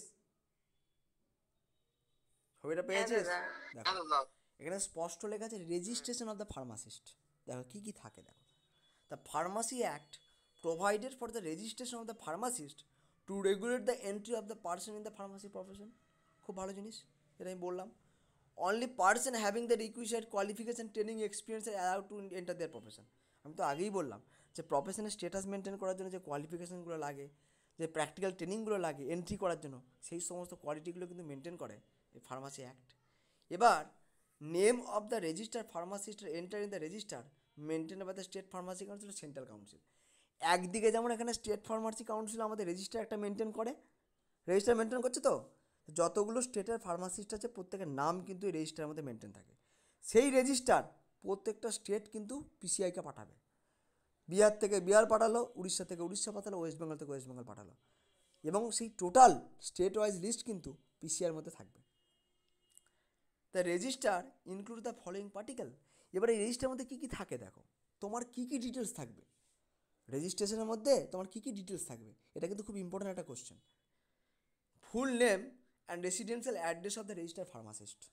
কোনো একটা ফার্মাসিস্টের ফুল নেম থাকবে, তার সে কোথায়, তার রেসিডেন্স কোথাও, ওয়েস্ট বেঙ্গল রেসিডেন্সিয়াল সার্টিফিকেটের জন্য চেক করে, তো রেসিডেন্স সেটা ইয়ে রাখবে। Date of the first admission to the registers, date of the first admission, তোমার রেজিস্টারের মধ্যে তুমি কবে কোন ডেটে তোমার নামটা নথিভুক্ত করা হয়েছে, সেই যে ডেটটা, সেই ডেটটা থাকবে। কোয়ালিফিকেশান ফর দ্য রেজিস্ট্রেশন, তুমি রেজিস্ট্রেশনের জন্য তোমার কী কোয়ালিফিকেশান আছে, ডিপ্লোমা নাকি বিফার্ম, এই কোয়ালিফিকেশানগুলো পার্টিকুলার কিন্তু সেই রেজিস্টারের মধ্যে থাকবে। Professional address, name of the employer if employed, তোমার তুমি যে জায়গায় কাজ করছো সে প্রফেশনাল অ্যাড্রেসটা থাকবে, এবং এমপ্লয়ি যে আছে সেই এমপ্লয়ারের যে তোমাকে ইয়ে করছে সে তার এমপ্লয়ির নাম থাকবে। ইফ এমপ্লয়েড, যদি তুমি সত্যি কোনো মানে সরকারি দ্বারা এমপ্লয়ি হয় তার তো প্রুফ থাকবে একটা, আর যদি ধরো তুমি কারোর আন্ডারে কাজ করছো তখন তার যে তোমাকে এমপ্লয় করেছে তার পরিচয়পত্র রাখতে হবে যে তুই কোন আন্ডারে বা কার এরিয়ায় তুমি ইয়ে করছো। সাচ আদার পার্টিকেলস আর মেবি প্রেসক্রাইব, এছাড়া আদার্স টুকটাক যেগুলো লাগে, মেন কিন্তু আমাদের এই 4-5টা পয়েন্ট কিন্তু অতি অবশ্যই লাগবে, মানে রেজিস্ট্রেশনের মধ্যে কিন্তু অবশ্যই এগুলো মেনটেন থাকবে। আর একটা কথা বলে রাখি রেজিস্ট্রেশন রিনিউয়ালের ব্যাপারটা সম্বন্ধে, রেজিস্ট্রেশন রিনিউয়াল কিন্তু আমরা কখন করি জানিস, আমরা করব 31শে ডিসেম্বর। 31শে ডিসেম্বর কিন্তু আমাদের রেজিস্ট্রেশন রিনিউয়ালের ডেট থাকে। এখন রেজিস্ট্রেশন রিনিউয়ালের নতুন নিয়ম করে দিয়েছে কি, একবারে 5 বছরের টাকা নিয়ে 5 বছরের জন্য রিনিউয়াল করতে হয়, তাহলে আমাদেরকে প্রতি বছরে বছরে ওই 31শে ডিসেম্বরের মধ্যে রেজিস্ট্রেশন রিনিউয়াল করার জন্য যেতে হবে। তুমি আগে যেতে পারো বা ডেটের একটা পার্টিকুলার টাইমে যেতে পারো, কিন্তু যখন তুমি দেরি করবে না তখন একটা তৎসামান্য সামান্য কিছু ফাইন মনে হয় লাগে, একটা পার্টিকুলার ফাইনটা এক্স্যাক্ট মনে নেই, তার একটা ফাইন লাগোয়া হয়, তুমি দেরি করে যাওয়ার জন্য এক্সট্রা ফাইন তুমি দিচ্ছ। তো সেরকম গাদা গাদা কিছু না, অল্প স্বল্প 20, 25, 30 টাকা বা 100 টাকা এরকম হতে পারে, যে যতদিন যে লেট করবে সেই হিসাবে বেশ করা হয়। অর্থাৎ রেজিস্ট্রেশন রিনিউয়ালের ডেটটা বোঝা গেল 31শে ডিসেম্বর, এটা কিন্তু মাথায় রাখতে হবে, রেজিস্ট্রেশন রিনিউয়াল ডেট বোঝা গেল। আচ্ছা ধরো এই যে তোমার নামটা, ফার্মাসিস্টের নামটা যে রেজিস্টারের মধ্যে থাকলো, আচ্ছা কোনো দিন কি তোমার নামটা রেজিস্ট্রেশন থেকে কি রিমুভ হয়ে যেতে পারে? আমার একটা কোশ্চেন তো দেখাচ্ছে, ফার্মাসিস্টের রেজিস্ট্রেশন থেকে কোনো নামটা রেজিস্টার থেকে কি তার নামটা রিমুভের হয়ে যেতে পারে কোনো কন্ডিশনে, হ্যাঁ কি না? হ্যাঁ, হয়ে যেতে পারে। সে যদি ফার্মাসি মেনে না চলে তাই তো, মানে সেরকম কোনো কিছু ক্রাইম করে, যদি মেনে না চলে তাই তো, যদি মেনে না চলে, তার থেকে বড় কথা আমি বলছি, কোনো একটা ফার্মাসি প্রফেশনে কোনো একটা ফার্মাসিস্ট দেখা গেল রেজিস্ট্রেশনটা, এখন যেটা ট্র্যাডিশন আমি বাস্তবটা বলছি, এমন একজনকে রেজিস্ট্রেশন দিল টাকার লোভে, সে বলছে তোমাকে মাসে 7-8 হাজার টাকা করে দেবো, সে লোভে পড়ে দিয়ে দিল। আমাদের ম্যাক্সিমাম তো তাই করে, লোকটার আসল পরিচয় কিন্তু জানলো না যে সে কে কী করে, সে 2 নম্বরের সুদে ব্যবসা করে কিনা। একটা কথা বলে দিচ্ছি, এরকম কোনো লোকের খপ্পরে যদি কেউ পড়িস তাহলে কিন্তু তার তো ব্যবসা যাবে যাবে, পুলিশে ধরবে, তো রেজিস্ট্রেশনটা কিন্তু ক্যান্সেল হয়ে যেতে পারে। আর রেজিস্ট্রেশন যদি ক্যান্সেল করে দেয়, সে ধর কোনো ড্রাগ ডিলার বা মাফিয়া ড্রাগের সাথে যুক্ত আছে, তো সে তো রেজিস্ট্রেশনটাকে খাটিয়ে সেই সব ব্যবসা করে বেড়াচ্ছে, তুই জানিস না, তোকে মাসে মাসে 8 হাজার টাকা দিচ্ছে, বিশাল ব্যাপার, ভাবতে হবে পার্সেন্টটা কী কেমন কী করে, খোঁজ নিতে হবে, তবেই তাই কিন্তু রেজিস্ট্রেশন দিও, নাহলে কী হবে তার সাথে সাথে তো রেজিস্ট্রেশনটা ক্যান্সেল হবে এবং সঙ্গে সঙ্গে তোমার রেজিস্ট্রেশন থেকে তোমার নামটাও কেটে যাবে, বাদ হয়ে যাবে, বোঝা গেল। রেজিস্ট্রেশন যদি কোনোভাবে হারিয়ে যায় তখন আমাকে পুনরায় কিন্তু অ্যাপ্লাই করতে হবে রেজিস্ট্রেশনের জন্য, একটা টাইম পিরিয়ড আছে যে এই টাইম, হ্যাঁ বল বল। বলছি তো অ্যাকর্ডিং টু রুলস আমার যে ফার্মাসি রেজিস্ট্রেশন তো আমি তো ওষুধ দোকান করতে পারি, ভাড়া দিয়ে তো কোনো লিগ্যাল কোনো রুলস তো নেই, লিগ্যাল কোনো ওটা কিছু লিগ্যালি না, কিভাবে করা হয়? লিগ্যাল তুই লিগ্যাল কোনো কিছু না সেটা তো আমি বুঝলাম, কিন্তু এখন আদৌ লিগ্যালিটি মেনটেন করছে? যে ড্রাগ ইন্সপেক্টর সে তো ঘুষ খাচ্ছে, তো ও ঘুষ খেলে আর বাকি তোলার দিকেরগুলো কে কাকে মানবে? লিগ্যালিটি তো নিয়ম তো কোনো কিছুই নাই ভাই, গোটা বিশ্বজুড়ে আমরা পড়ছি এক হচ্ছে এক, এগুলো কারা তৈরি করছে, যেগুলো আমরা নিজেরা ড্রাগ রুল রেগুলেশন পড়ছি, ড্রাগ ইন্সপেক্টর রুল রেগুলেশন আরও ভালো পড়ে, তারা পড়েও যদি এরকম করে তুই তখন কী করবি? এগুলো যা জেনে রাখা উচিত, আমাদের তো সেই জায়গাগুলো জানা উচিত, কে 2 নম্বরই করছে না করছে আমার দেখে লাভ নাই, আমি ঠিক থাকবো, আমার রুল রেগুলেশনগুলো জানতে হবে, এটা হচ্ছে মেন কথা, রুল রেগুলেশনে যেটা লেখা আছে সেটা আমাদেরকে দেখতে হবে, বোঝা গেল। সে তো স্কুল টিচারদের তো পড়ানো উচিত না, নিয়ম করলো, পড়ায়নি কি তারা? রুল রেগুলেশন অনেক কিছু থাকে, কিন্তু রুল রেগুলেশন তো এভাবে মেনটেন করা যায় না, না সবাই সবভাবে মেনটেন করতে পারে না, আর সবাই সব রকম মানুষ না। তো এইভাবে যদি আমরা একটা হারিয়ে যাই, মোটামুটি একটা 1 মাসের মধ্যে বা 1.5 মাসের মধ্যে পার্টিকুলার একটা টাইম পিরিয়ডের মধ্যে ফার্মাসি কাউন্সিলের মধ্যে আমাকে জানাতে হবে যে আমার রেজিস্ট্রেশন হারিয়ে গেছে, নাহলে কিন্তু পরে জানতে পারলে রেজিস্ট্রেশন ক্যান্সেল করে দেবে। তো মেন কথা একটা কথা মানতে হবে, যদি ফার্মাসিস্ট কোনো খারাপ কাজের সাথে, অসৎ কাজের সাথে যুক্ত থাকে, কোনো ড্রাগ ডিল বা ড্রাগ পাচার এইসব ক্ষেত্রে, বা এমন কোনো পার্সনকে সে রেজিস্ট্রেশনটা দিয়েছে যে পার্সন সেটাকে কোনো উল্টোপাল্টা খারাপ কাজে লাগাচ্ছে রেজিস্ট্রেশনটাকে, সেক্ষেত্রে কিন্তু তার রেজিস্ট্রেশন ক্যান্সেল হয়ে যেতে পারে। এবং রেজিস্ট্রেশন ক্যান্সেল হয়ে যাওয়ার সাথে সাথে তার নামও কিন্তু, মানে আমাদের যে ফর্ম আছে, মানে কি বলবো, যে রেজিস্টার্স আছে, সে রেজিস্টার থেকে কাটা পড়তে পারে। এমন কোনো 2 নম্বরই বা কোনো কি বলবো, যেটা ইলিগাল যদি কোনো কাজের সাথে যদি জড়িত থাকে, তাহলে কিন্তু তোমার রেজিস্ট্রেশনটা রিনিউয়াল হতে পারে। ওই জন্য কোনো রকম কোনো ড্রাগ ডিলার, নিজেও ড্রাগ ডিলিং করছো বা ড্রাগকে মার্কেটে পাচার করছো, এরকম কিন্তু করা যাবে না।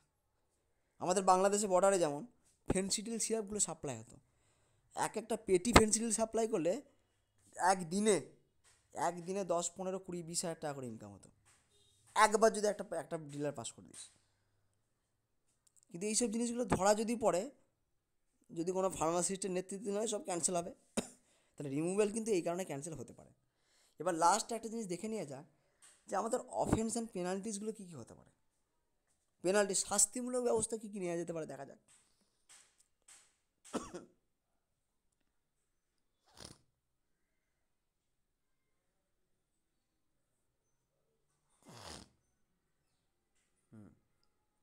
দেখো, falsely claiming to the register pharmacist, কোনো একটা পার্সন যদি নিজেকে এরকম ফলসলি ক্লেম করে, কোনো একটা নর্মাল আদমি যদি বলে যে আমি রেজিস্টার ফার্মাসিস্ট, এরকম যদি কাউকে পরিচয় দেয়, এটাও কিন্তু পানিশেবল। সে যদি জানতে পারে যে ফার্মাসিস্ট না, তার বিরুদ্ধে যদি কেস করে, আপ টু 500 টাকা পর্যন্ত ফাইন হতে পারে। কিন্তু এখানে কী দেওয়া আছে দেখা যাক। এখানে বলছে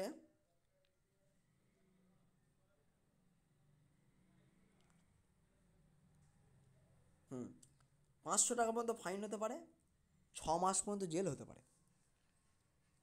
হলে 500 টাকা ফাইন হবে, তাহলে 6 মাস পর্যন্ত জেল হবে প্রথমবার। যদি দেখা যায় ওই পার্সন আবার দ্বিতীয়বার ওই কাজগুলো করছে, তাহলে 6 মাসের জেল হবে, 500 টাকা মধ্যে ফাইন হবে।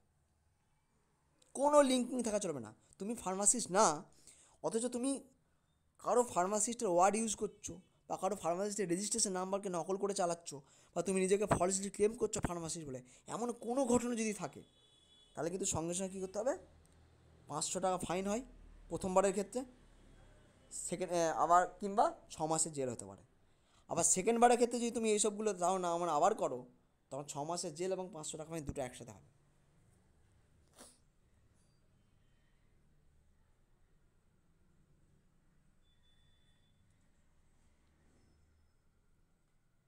The use of the descriptions such as pharmacist, chemist, druggist, dispense chemist, any combination of the such word by a person indicate that his name is entered in the register of the state. বলছে কোনো একটা public যদি তার দোকানের মধ্যে এরকম কোনো কিছু ওয়ার্ড ইউজ করে, বা নিজের ক্ষেত্রে যদি এরকম কোনো ওয়ার্ড ইউজ করে, এই যেগুলো লেখা আছে pharmacist, chemist, druggist, dispense chemist, এরকম কোনো কম্বিনেশন ওয়ার্ড যদি ইউজ করে, সেটাও কিন্তু অফেন্সেবল, সেটাও কিন্তু পানিশেবল, সেটার বিরুদ্ধে কিন্তু শাস্তি। তার নাম ফার্মাসি রেজিস্টারের মধ্যে, পিসিআই কাউন্সিলের রেজিস্টারের মধ্যে এন্ট্রি নেই, অথচ সে নিজেকে এই সমস্ত ওয়ার্ডগুলোর সাথে রিলেট করেছে। যদি সামান্য রিলেটও থাকে না, এই খবরটা নিয়ে যদি কেস করে, তাহলে তো রুল রেগুলেশন অনুযায়ী কেস হয়ে যাওয়ার একটা ক্ষমতা আছে। Process the qualification for the registration grants to which, দাঁড়া এটা না, এটা হলো ডিসপেন্সিং বাই আনরেজিস্টার্ড পারসনস। এই যাও, দেখেছ এটা কত বড় অন্যায়, কিন্তু আমাদের গোটা সব দেশ জুড়ে চলছে।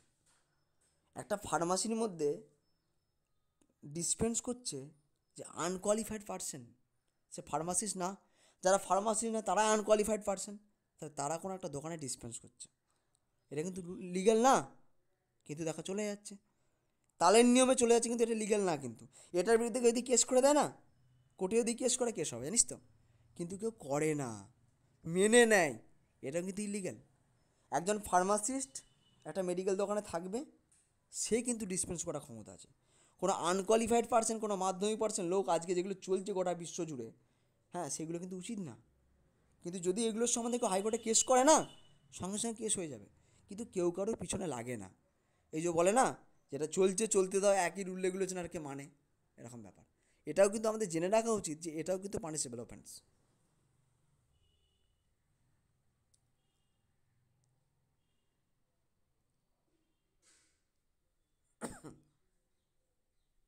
এবার কি হবে, তারা একই কেস, ওই একই জিনিস, 1000 টাকা পর্যন্ত ফাইন হতে পারে, 6 মাসের জেল হতে পারে।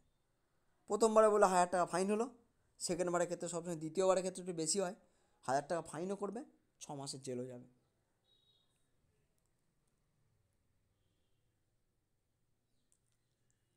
Failure to surrender the certificate of the registration it also punishable with the fine. তো 50 টাকা কোনো ফাইন হলো বলতো, কী সব চিন্তা ভাবনা। এখন অবশ্য নামেই 50 টাকা 500 টাকা থাকে। যারা ঘুষ খায় এসব ভুলভাল কাজের জন্য, তারা বড় সড়ো অ্যামাউন্টই খায়, 1000 2000 5000 ভালো রকমের অ্যামাউন্টই কিন্তু খায়। এগুলো তো মেনলি দেখে ড্রাগ ইন্সপেক্টর, তো ড্রাগ ইন্সপেক্টররাই কিন্তু মেনলি, আর 500 থেকেও থাকে না, যাকে যখন ধরে তাকে লাখ টাকা পর্যন্ত খায়, আবার 2000 5000 7000 যেখান থেকে যেমন পায় সেরকম খায়। রুলের তো অনেক কিছু লেখা আছে, 500 টাকা 50 টাকা 100 টাকা, তাদের বাস্তবে কী হচ্ছে দেখতে হবে তো। দাদা ওই রেজিস্ট্রেশনটা রিমুভ হয়ে গেলে আবার ওই ফাইন দিয়ে আবার পুনরায় পাওয়া যায়? যদি যদি রিউম বলতে মানে ধর না, ফাইন দিয়ে পুনরায় পাওয়া যাবে না। একবার ভুল কাজের জন্য যদি বাতিল হয়ে যায়, তাহলে তোমার হয়ে গেল সব।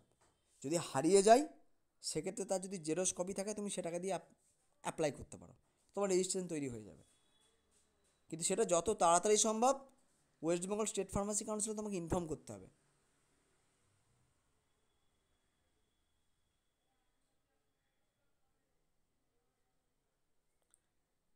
Failure to surrender the certificate of the registration. হ্যাঁ, এবং এই যে এই ঘটনা হচ্ছে, এই যে লাস্টে আছে ফেলিওর টু সারেন্ডার। ধরো আমি একটা কথা বলছি, হঠাৎ করে তোমার দোকানে ভিজিট এলো, তোমায় কিন্তু ফার্মাসিস্টের রেজিস্ট্রেশনটা সারেন্ডার করা মানে কি, তোমাকে সঙ্গে সঙ্গে ইজিলি শো করিয়ে দিতে হবে, এই দেখুন এই হচ্ছে আমার রেজিস্ট্রেশন, আমার অলরেডি মজুদ আছে।